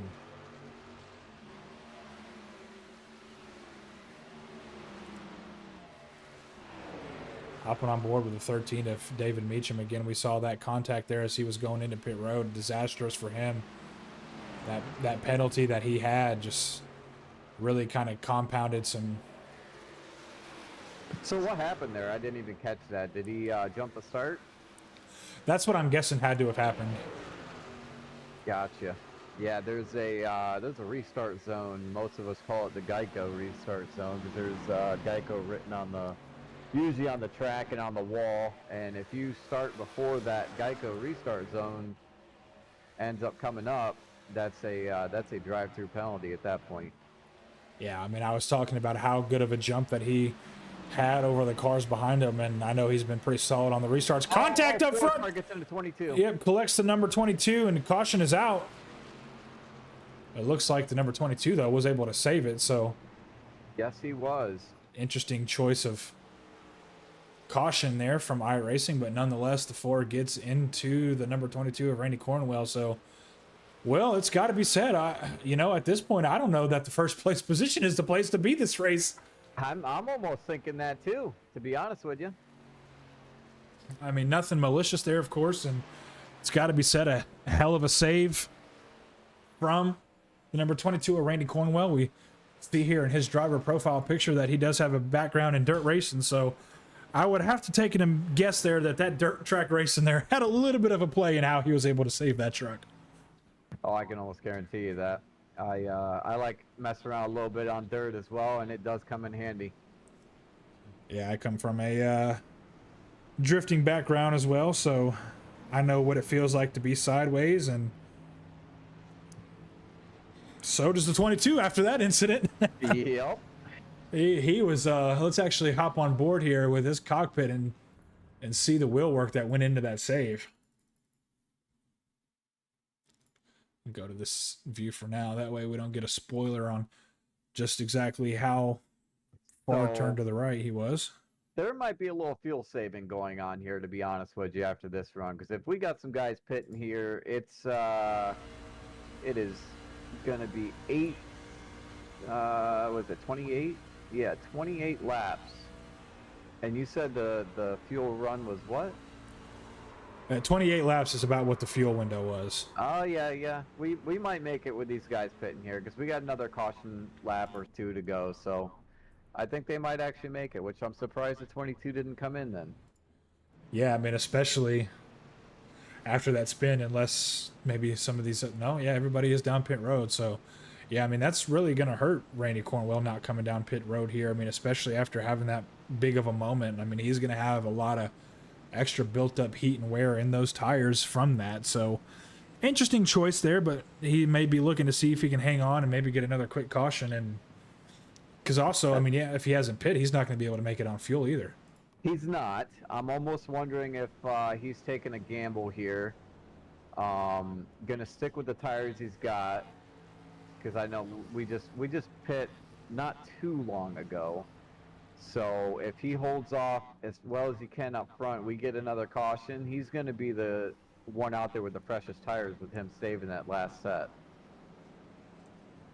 Yeah, and I mean, yeah, you are correct about that. I mean, this is definitely a gamble, and we are here in Vegas, so as you mentioned, this is the time to do it. Don't know that I agree with it, but hey, he may be looking to prove us wrong. I didn't agree with the pit strategy that was had on Friday night in the Truck Series, and I was completely wrong, and not to rub salt in your wound, but I believe you were too. So hell, what the hell do I know about strategy at this point? Yeah, the fuel run was definitely weird Friday night for sure. So I prefer fuel runs on tracks like this than super speedways. Yeah, I mean, I feel like you're a little bit more in control of your own race here at a track like this.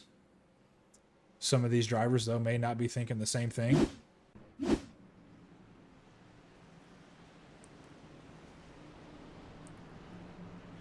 We see some of these cars up front shuffling back for a position as some of these cars that are potentially scored a lap down are going to be making their way to the tail end of the longest line here. Some of these guys looking to get their position back, and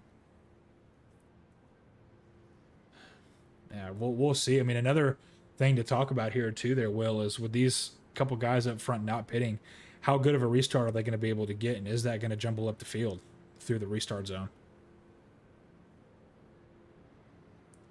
You know, you get a guy like Dustin Bloodworth, who's obviously looking for blood as they were battling hard there for the lead, and some of these other guys on fresh tires, they're not going to be wanting to hang out behind these guys for too long.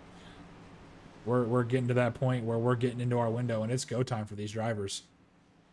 And it looks like everybody on the track still looking to get things sorted out, so lights are back on the pace car once again, but they probably will be shutting off again this time by. Some of these drivers in the back are trying to get sorted out for their position.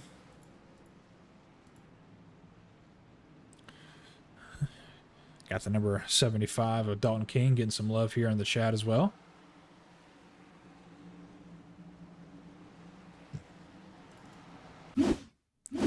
Awesome to see some support for our drivers out here on the track.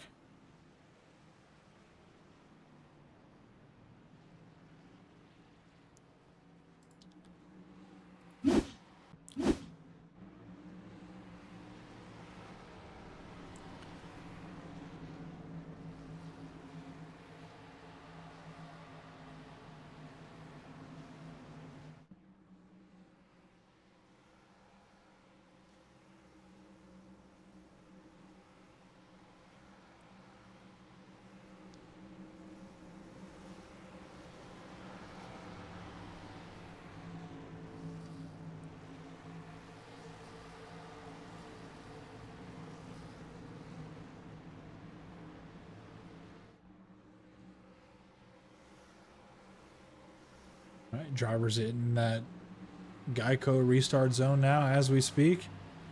We'll see how good of a start these two drivers on the front row can get. Again, they did stay out.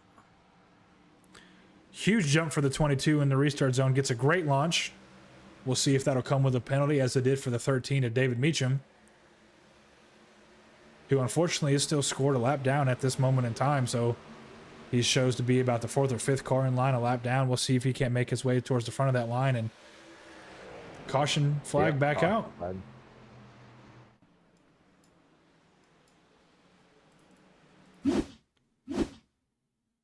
Oh, and this is not a good sign.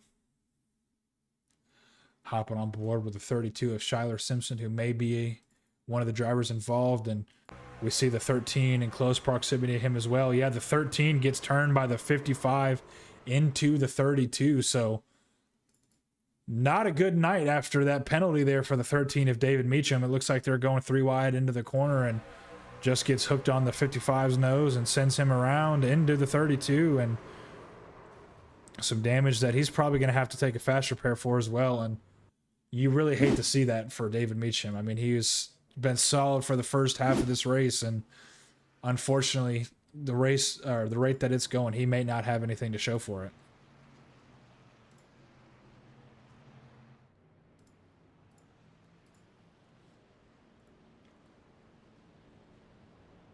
But a little bit of strategy may be possibly working out in the 22 of Randy Cornwell's favor.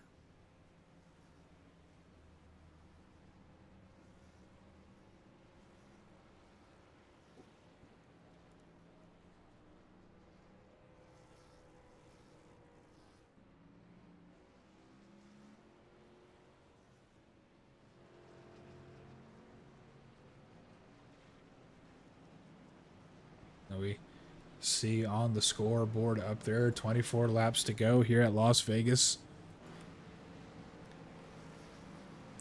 Be 22 when we take the green flag, so these guys are getting closer and closer to their window, but I still don't believe. I do apologize for that. I do still believe that the 22 and the 24 are going to be short, so Yeah, I gotta imagine they are going to be short. I think everybody else is going to be very close.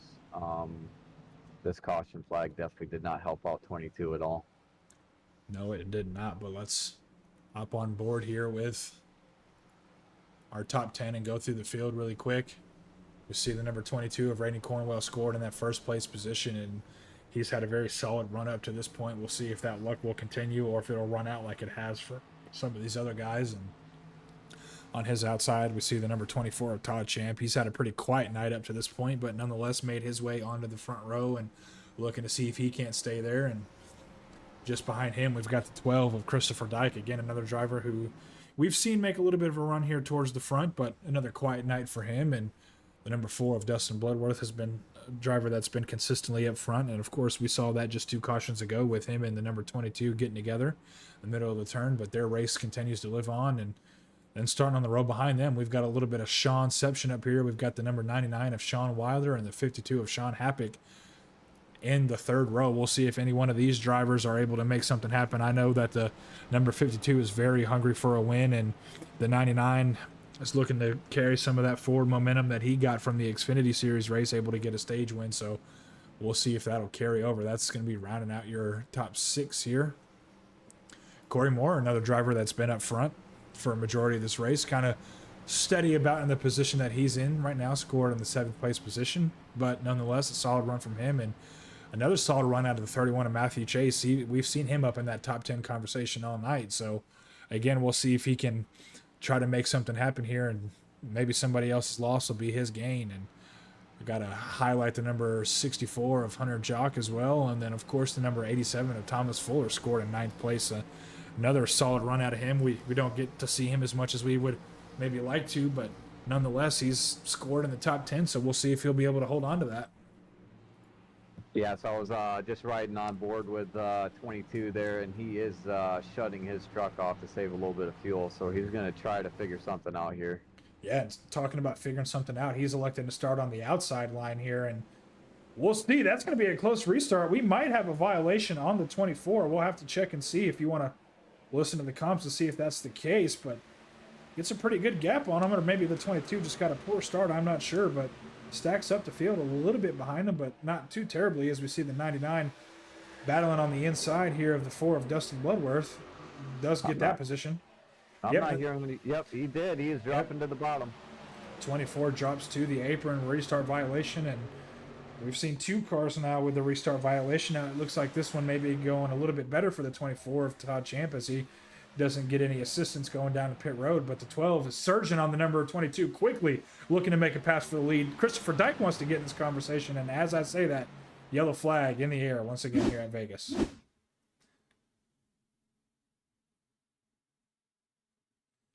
And from what it looks like I'm seeing here, this may be a big one.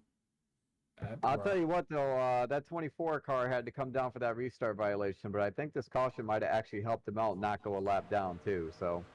Oh, absolutely. I mean, bad luck that he gets the violation, but... Oh, wow, yeah. The 55 just comes sliding up the track and nowhere to go for the 30 if Aaron Creighton gets caught up in that, as some of these other drivers do as well. Let's hop on board with the 55 and see what happens. It gets loose in the middle of 3 and chases it, gets on the apron and gets loose again and finds himself in the dirt, slow on the apron, and the 8 of Samuel Moser, actually. So every time I watch this wreck, there's just more and more that seems to happen here. See if I can't try to hop on board with the number 8 of Samuel Moser. See what happens with him. He's had a pretty fast truck, but he's not been able to keep himself out of trouble tonight either. And 22 is coming down. Your leader is coming down pit road. Just unfortunate there for the 8 of Samuel Moser. He gets loose on the outside line and nowhere to go for the 13 of David Meacham. We know he's a driver that's looking to make his way back up towards the front after his restart violation. So not a lot of patience left for the 13 here of David Meacham, if I had to assume. And again, we see just some trucks battling these loose conditions here at Vegas and starting to cost him a little bit. But as you mentioned, the 22 of Randy Cornwell does make his dive down pit road. So yeah, and 12 car followed right behind him as well. So that was first and I believe second place position. Yep, first and second place position at the time of that caution, as we see the 95 of KT McCann flying around the pace car. So it looks like he'll be awarded with a lucky dog for that one. Some of those other drivers getting some incident points there and taking that privilege away from him. Not sure what's going on here with the 22, but he was stuck in his pit box for a very long time. Yeah, we do see that, and it looks like is he potentially now going to be scored a lap down? I'm not sure if that is the case. It does not look like he is still on the lead lap, so he is all set and good to go there. We see the 99 now of Sean Wilder. A little bit of misfortune for some other drivers, but luck be a lady tonight, says Sean Wilder. But again, as we mentioned, being the first truck on the field may not be where you want to be tonight, which is strange because I don't know that anybody's really ever said that before. I want to be the first car out front on the last lap coming to the checkers. That's when I want to be out front. Other than that, with what's going on tonight, I'd probably be a little nervous if I was Sean Wilder right now.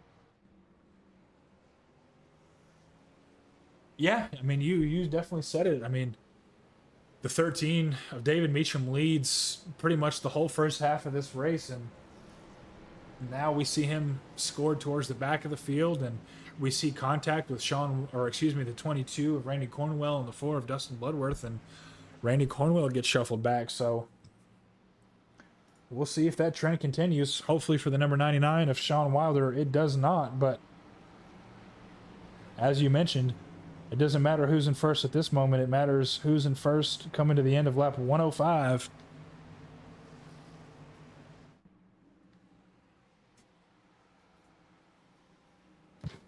Looks like Randy Cornwell is on the lead lap, but it's tail end of the lead lap right now. So he's going to be restarting in 23rd position. Last car on the lead lap.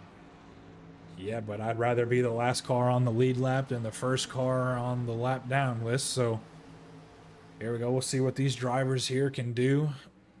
17 to go when we cross the start finish line for another caution here tonight.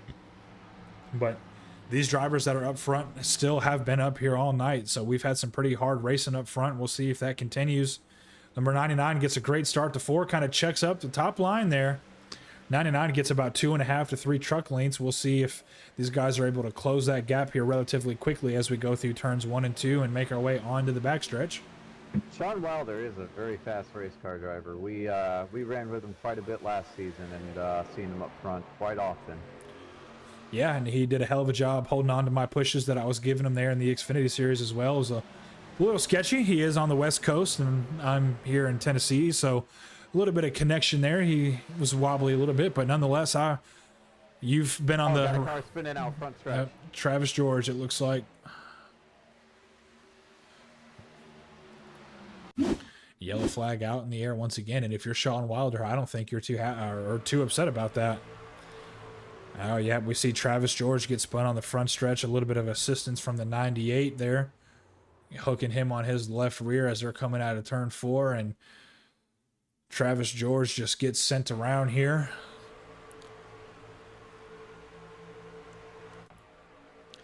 Yeah, the number 98 of, I believe that is John Shields, just gets into the left quarter panel of Travis George and sends him flying through the infield, but not what you want to see for the 16, but nonetheless, everybody keeps it clean and no big contact to be had there. So all in all, it sucks for the 16 and Travis George, but everybody else able to stay and keep it clean. And as I mentioned just before we hop back on board with that, if I'm the 99, the more and more laps that go under a caution that I stay up front, the better. Less laps that I'm going to have to fight for here at the end.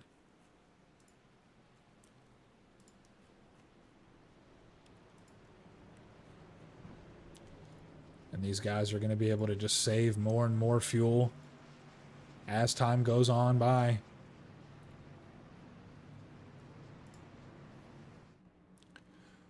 We'll see if anybody has anything for them. So yeah, we're coming, what, 13 to go? Yeah, 15 now, 14 when they cross the line. So 13 or 12 to go when we come back around and take the green flag. So a little bit of a mad dash. We'll see if these drivers will be able to keep it clean and end this thing under some green flag pit stops. Man, English is hard for me sometimes. New to this broadcasting thing, but hey, we're getting it figured out. Second language, man. Yeah, definitely a second language. But yeah, Sean is probably not too upset with these caution flags right now. And while we're sitting here talking about them, let's see if we can't try to grab the man of the hour here. Yeah, it looks like KT actually got another lucky dog. Hey, Sean, this is Bryce up here in the broadcast booth, man. You got a copy? What's up, Bryce? Well, I bet you're probably singing Luck Be a Lady tonight. A little bit of trouble for some of these drivers that have been up front, but you make your way to the first place position, and I'm sure you're probably not too upset to see these laps keep ticking by under yellow. No, not at all. I was saving that first stint, saving my tires, and then people started wrecking a lot, so I figured try to get up in the mix, push a little harder, and since we're going to have a bunch of short runs, it looks like that's, hopefully we can go green from here on out, and I can stay up here, but we'll see. Yeah, looking to carry some of that forward momentum you had there in the Xfinity series and trying to see if you can carry that on over to tonight. A little bit of misfortune there for your teammate, but nonetheless, the more laps that tick under yellow are the less laps that you have to fight for. So looks like we'll be coming to 1 to green. You'll be hitting 12 to go when you guys go back green. Man, good luck to you, and we'll see if we'll see you here at the end of the broadcast. All right, thanks, guys. Yes, sir. Not a problem. Good luck to you, bud. Thank you, bud. Yeah, and that was the number 99 of Sean Water. We see him sitting on the front row. See if he can stay there. He's got a fast truck, though, in the 31 of Matthew Chase on his outside. And I know, Will, we can both attest that two very hungry trucks behind him. We saw the 4 battling hard with the 22, and the 52 has been itching for a win ever since last season. So we'll see if any of those guys are looking to change the outcome of this race. And another hungry driver here scored in the 6th place position of the number 9 and Mike Kufel. He's up 20 spots from his start, and we know he can be a bit of an aggressive driver at times, and we'll see if he can use that aggression to make his way towards the front row.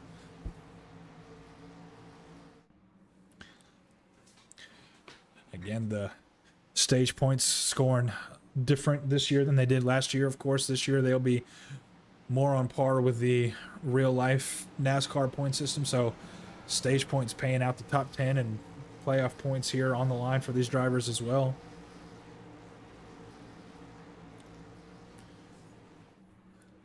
But I tell you what, I know the 52 is going to try his absolute best to have something to say about this podium, and I know he's hungry for a win, and I'm sure if he gets it, we won't hear the end of it for a while. But I got to be honest, I know he's not a hyperdrive teammate, but I'd love to see Sean in victory lane. But nonetheless, green flag here at Las Vegas. The number 99 of Sean Wilder gets another great restart. Going to pull about 2 truck lengths on the field here.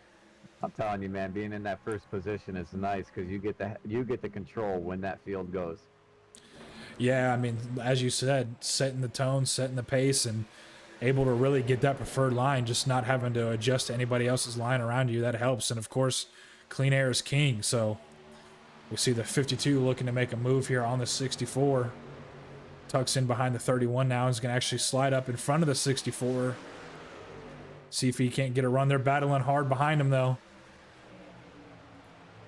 Number 87 and the 84 with a little bit of a close call, but they both keep it straight. 52 just trying to get some clean air on the nose. We see him kind of hop in the middle of the 64 in contact with his teammate.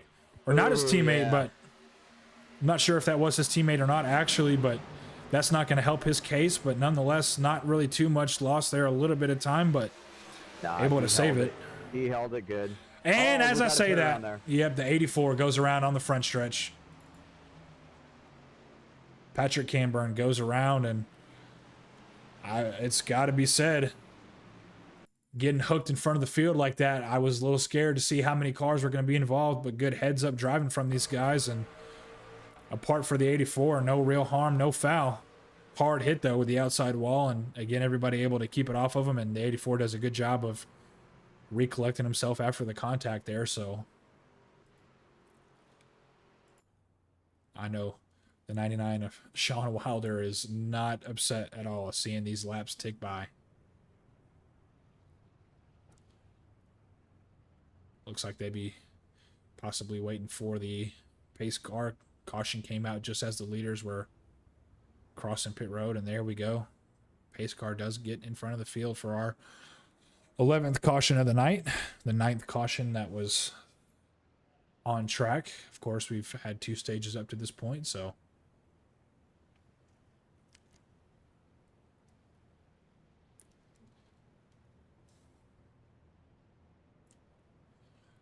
hey, Happy, this is Bryce back up here in the broadcast booth, man. You got a copy on us? I do, man. What's going on? Well, a little bit of a moment there for you just before that caution flag came out. A little bit. Me and him were side by side a few times this race. I would announce it, but I was for sure he seen me and he said he was trying to do a little crossover there. Yeah, So, well, he definitely crossed up something there, almost crossed you to the inside wall, but nonetheless, man, it's got to be said. I know Will and I have given you our fair share of crap over the season, but I know that you are very hungry to try to at least get on the podium, but I know you would love to see that checkered flag. Do you think you got anything for these boys? well, I'll be honest with you, Wilder, we all know Wilder's not the best at saving tires. And now with all these cautions, he's going to have a fast truck. Chase has just come out of nowhere and put up good laps. I'm probably a better short runner than Bloodworth, my teammate in front of me, but I'm also not trying to take him out. So I'm going to try for the podium, but I don't know if I'll be able to get up there to Wilder or not, but I'm sure going to try. We're rooting up for you up here, Sean. Well, I'm aggressively being cautious here, so we'll see. Hey, that is definitely the theme of tonight, and Will and I were talking about it, man. We've seen two drivers with 3 separate incidents getting taken out from the first place position, so that may not be the place you want to be, like Will said, except for on the last lap. So I know you guys are 1 to green lining up on the outside. Good luck to you, and we'll see if we'll catch you here for the post-race interview on the podium. Good luck. All right, thanks, guys. Yeah, we're going to be 6 laps to go once we go green. So hopefully we can keep her green the whole route, which I don't know. Final 6 laps. I think there's going to be a lot of 3 wide action going on here. So we'll see. Yeah, you mentioned it, and seeing a little bit of love here for the number 77 here, but in the chat. But nonetheless, man, it's yeah. I mean, crunch time now, right? 7 to go for this race, and I mean we've had pretty clean racing, especially for our rookie series. A lot better than last week, like I said, for sure, Yeah. at Daytona. But yeah, these guys have cooled off tires. Not too many hot laps on them at all, so they're still pretty fresh. So yeah, they're going to be running pretty hard right here. Yeah, 7 to go when we take the green flag. So these guys are really going to be pushing here to try to gain any amount that they can. Green flag back out in the air. Sean Wilder gets a pretty good start. The 31 to Matthew Chase. Not the best starts, but the 52 on his bumper there hard, trying to push him. Try not to lose very many or much more time, that is. Yeah, 31 definitely did not have a good start there. So I don't know what that was about. Whether he spun tires or was just being cautious, since there's been quite a few guys up front that's gotten black flags. Yeah, it could be the case, or it could just be those tires, and the 52 now is under attack from the 45 on the low line, and he's starting to drop back a little bit. The 45 maybe on some fresher tires, or just been able to manage. He gets his way around the 52 of Sean Happick, who really needs to try to see if he can duck down to the bottom and try to get past this 31, because it looks like he may be slowing him down. And as I say that, he goes to the bottom, and the 99 is loving seeing this fighting here in his rearview mirror. Yeah, he's got quite the gap there. So he's exactly like you said. He's watching his mirror and he's like, "You guys just continue going at it, and I'll keep driving away." Yeah, and as you mentioned, now we see it 3 wide coming out of turn 4. Randy Cornwell getting his name back in the mix here, trying to make a run here at the end. 4 laps to go as we cross the line. So no more riding around. 22 is looking to get back up to where he feels he deserves, and he's looking to go fast. Oh, we got a spin off of turn 2. Caution flag out in the air once again. Happened right by Kendon Cook.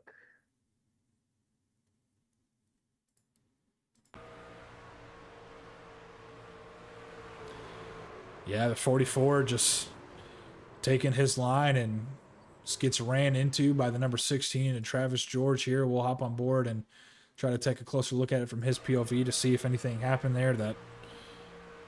Yeah, the 16 just carrying a lot of momentum, and the 44 just, I guess, didn't know that the 16 was there. The 16 was coming with a full head of steam, and it looks like the 44 was just off pace a little bit and was not clear, and gets hooked in the left rear and inevitably gets turned around. Yeah, I think this is going to actually count against one of their green-white checkers too. So Yeah, it looks like the 14 of Key and Fry potentially involved in this accident as well. So hate to see that for him. He's been a truck that has had a little bit of bad luck tonight, but he's had a fast truck. He's just not had the most luck trying to keep it clean. And nowhere to go for him there, though, as he, again, the 44 gets hit up the track and 14 has absolutely nowhere to go. So, as you mentioned, this will be our first green-white checkered attempt of the night.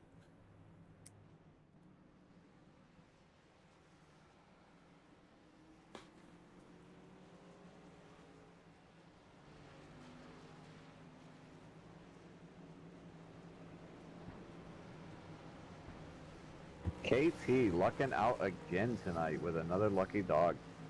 Yeah, they're gonna let KT. Well, I would say back into this. I mean, if he does get on the lead lap, he still has 24 other cars to get by. But Yeah, this is gonna put him on the lead lap. So we'll see what he can do, and with only 3 to go.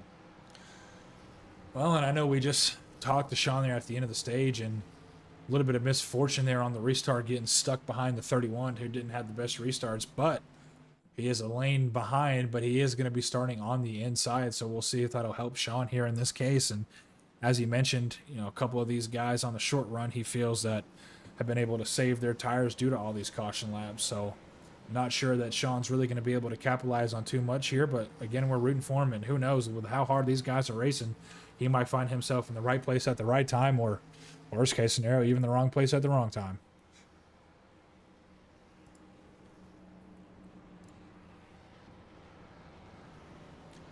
Looks like the 98, though, of John Shields is our biggest mover up to this point, up 19 positions, scored in the 16th spot. That hideous paint job, but nonetheless.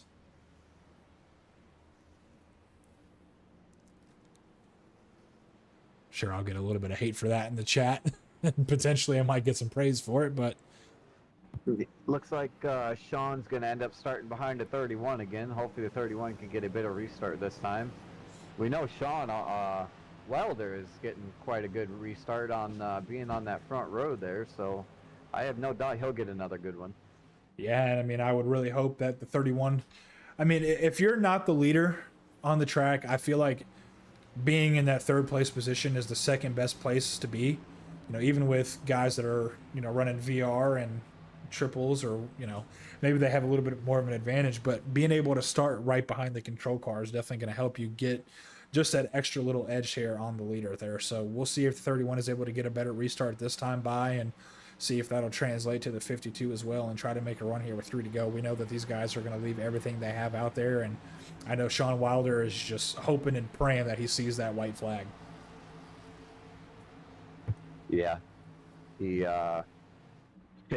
anything can happen until that white flag drops. Once that drops, the next flag, whether it's yellow or checkered, it ends the race. So, well, we've seen anything can happen even after that white flag waves as well. So we'll see what's going to happen, but we don't have to talk about it anymore. We can see it happen live, and the 99 gets a great restart, and 31 gets a better restart than he did on the last time by, so that's good. Sean kind of lagging back here a little bit, the number 52 of Sean Happick, that is, and he's looking to make a hard arc here into turns 1 and 2 and try to get a run here out of 1 and 2. But Sean Wilder's got about a 2.5 truck length, 3 truck length now lead on the rest of the pack. So I know he is just puckered up, praying he can get to the start finish line as fast as possible and see that flagman wave that white flag. Coming out of turn 4 now, and in the Geico restart zone, about 2 more seconds, and the white flag is in the air, so the next flag will win the race. I don't know that anybody has anything here for the 99. We'll see. It looks like we may have a battle for the second place position, though. 3 cars in contention. The 52 gets into the 45. Gets in the 45. Yep. In front of the field. That's going to be a big one. Yes, it is. Mike almost flipping again. Shades of what we've seen happen, but the green flag is in the air, and Sean Wilder is going to pretty much walk to the start-finish line here. But a battle for second. Matthew Chase and Dustin Bloodworth close here. We'll see who comes in second place. It looks like the 31 will get the edge, so hate to see that there. It looks like Sean loses a couple more positions there on that lap, but we'll have to go on board there and see from the 52 point of view. As we mentioned, they were going to be racing hard, trying to get every position they could.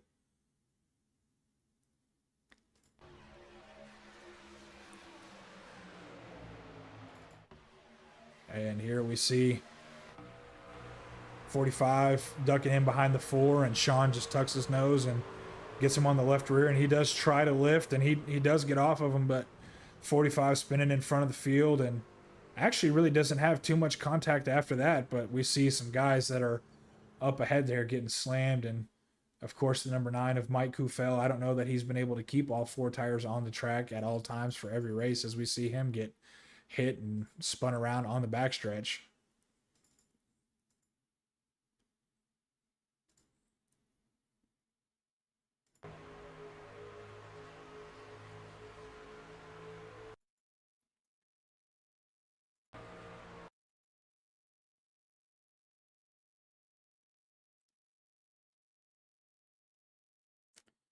Here we are.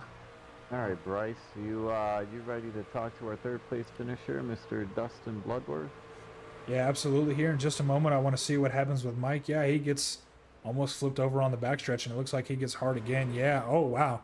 Huge contact there with the 44 and the 34, and guys piling through, trying to get every position they can. But as you mentioned, let's see if we can't hop on board here with the number 4 of Dustin Bloodworth.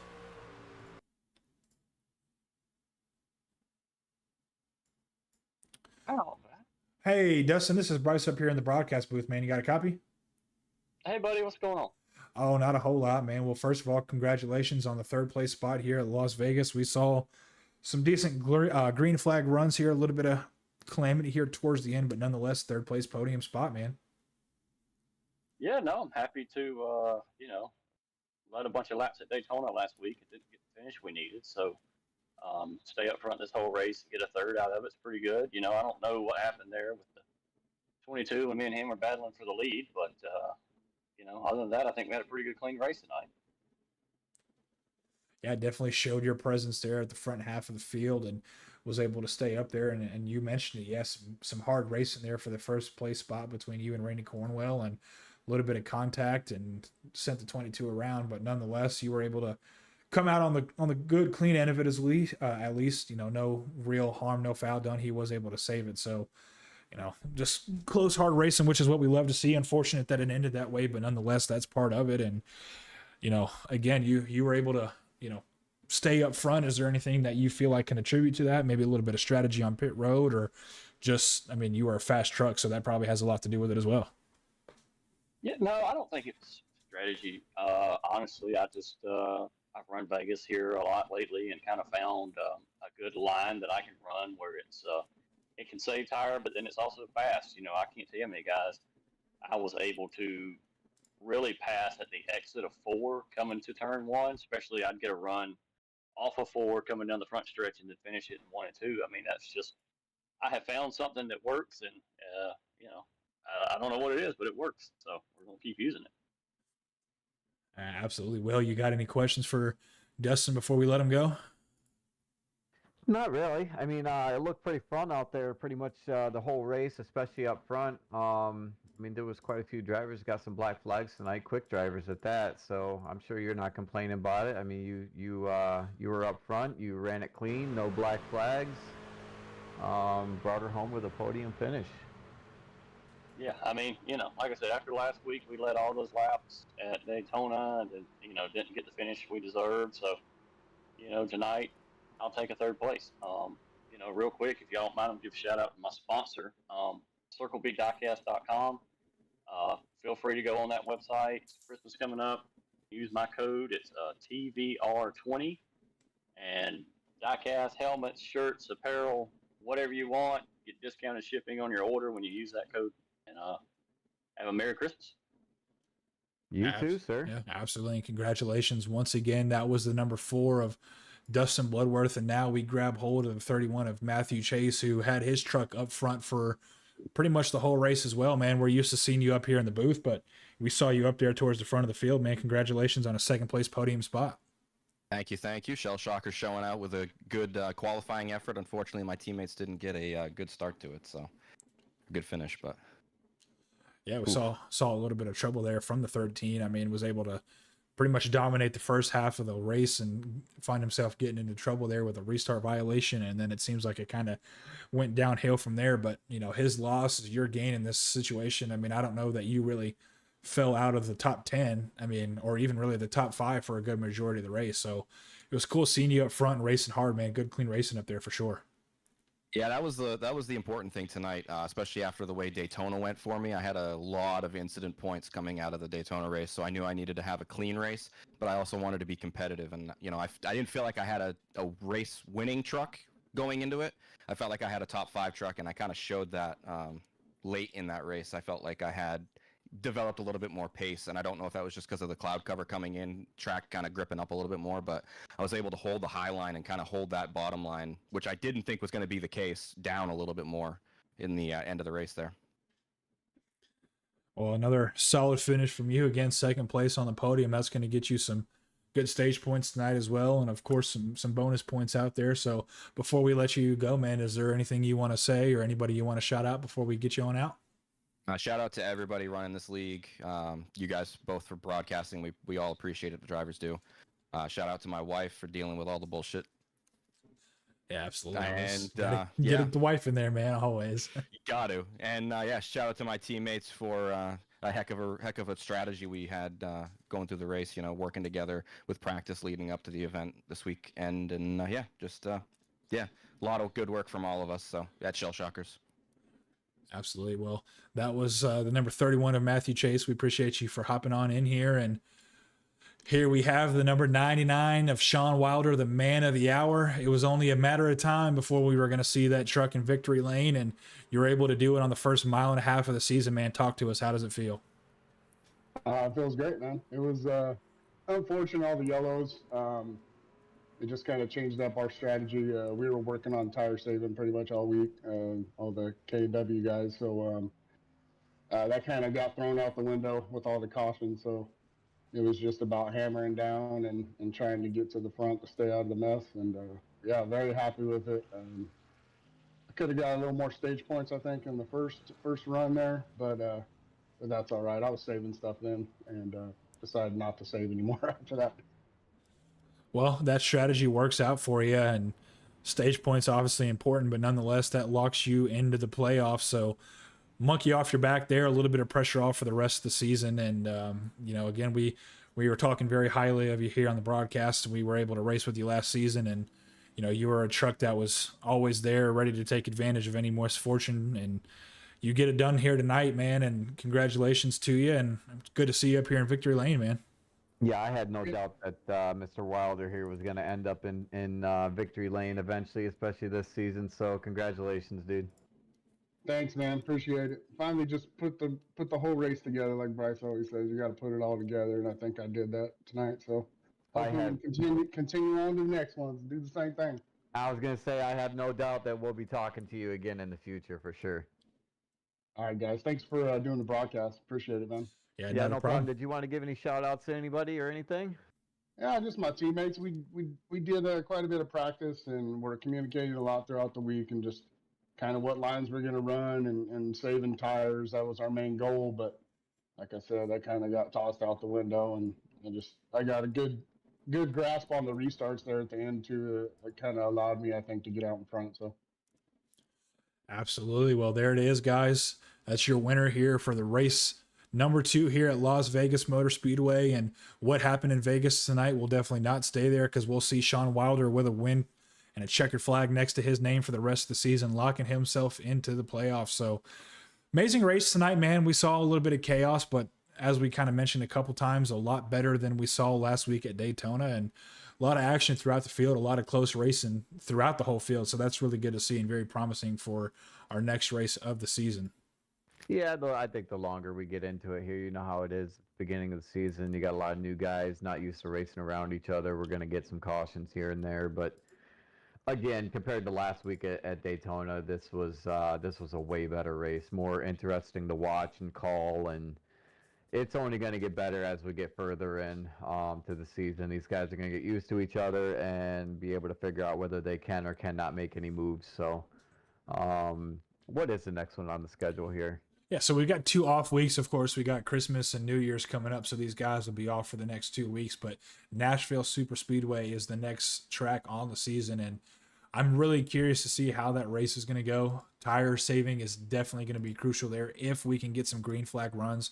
Nashville a little bit of a tighter track than where we've been thus far, and it is a concrete track and local track to me here, of course. And I'm excited to see how these drivers are able to navigate it. Yeah, Nashville's definitely a tough track, and like you said, it's concrete, so it chews them tires up like 40 grit sandpaper for sure. But yeah, I'm looking forward to it, calling it out and everything. And I mean, to have the size of the fields that we have had this season is really fun to watch, and I can't wait to come back from our 2-week vacation here. I kind of wish we weren't having it, but I'm sure we'll get a little off season. A little off week action maybe going on in one of these weeks here because everybody's going to be bored. So, but it was good calling with you tonight. Stone Wilder brought in the checkered. We glad to see him up there, and a couple weeks off, and can't wait for Nashville, dude. Yeah, absolutely. And we got some more racing for you guys here tomorrow night. The Xfinity Series is going to be racing at Kansas Motor Speedway, so be out on the lookout for that. And then, of course, following Monday night's race, we'll have the A-Trucks racing at Kansas as well. So, again, as Will mentioned, we'll have a couple off weeks, but we are going to be hosting a race on Christmas Eve. It's going to be a money race, super speedway racing, if I'm not mistaken, in the next gen. So stay tuned if you're watching from the Discord for that. And maybe if you're in any of the forums on iRacing or anything like that, stay tuned as we'll be posting flyers out for that, trying to get some participation. Wow, again, English second language here. Some participation involved for that, but nonetheless, thank you guys for tuning in and being a part of it, man. We had a lot of live viewers here tonight during the race, so we appreciate everybody for coming on in and being a part of the action here in high velocity racing, and we look forward to more racing in the weeks to come. This has been Bryce and Will up in the booth, and we will see you guys in a couple weeks for some more racing.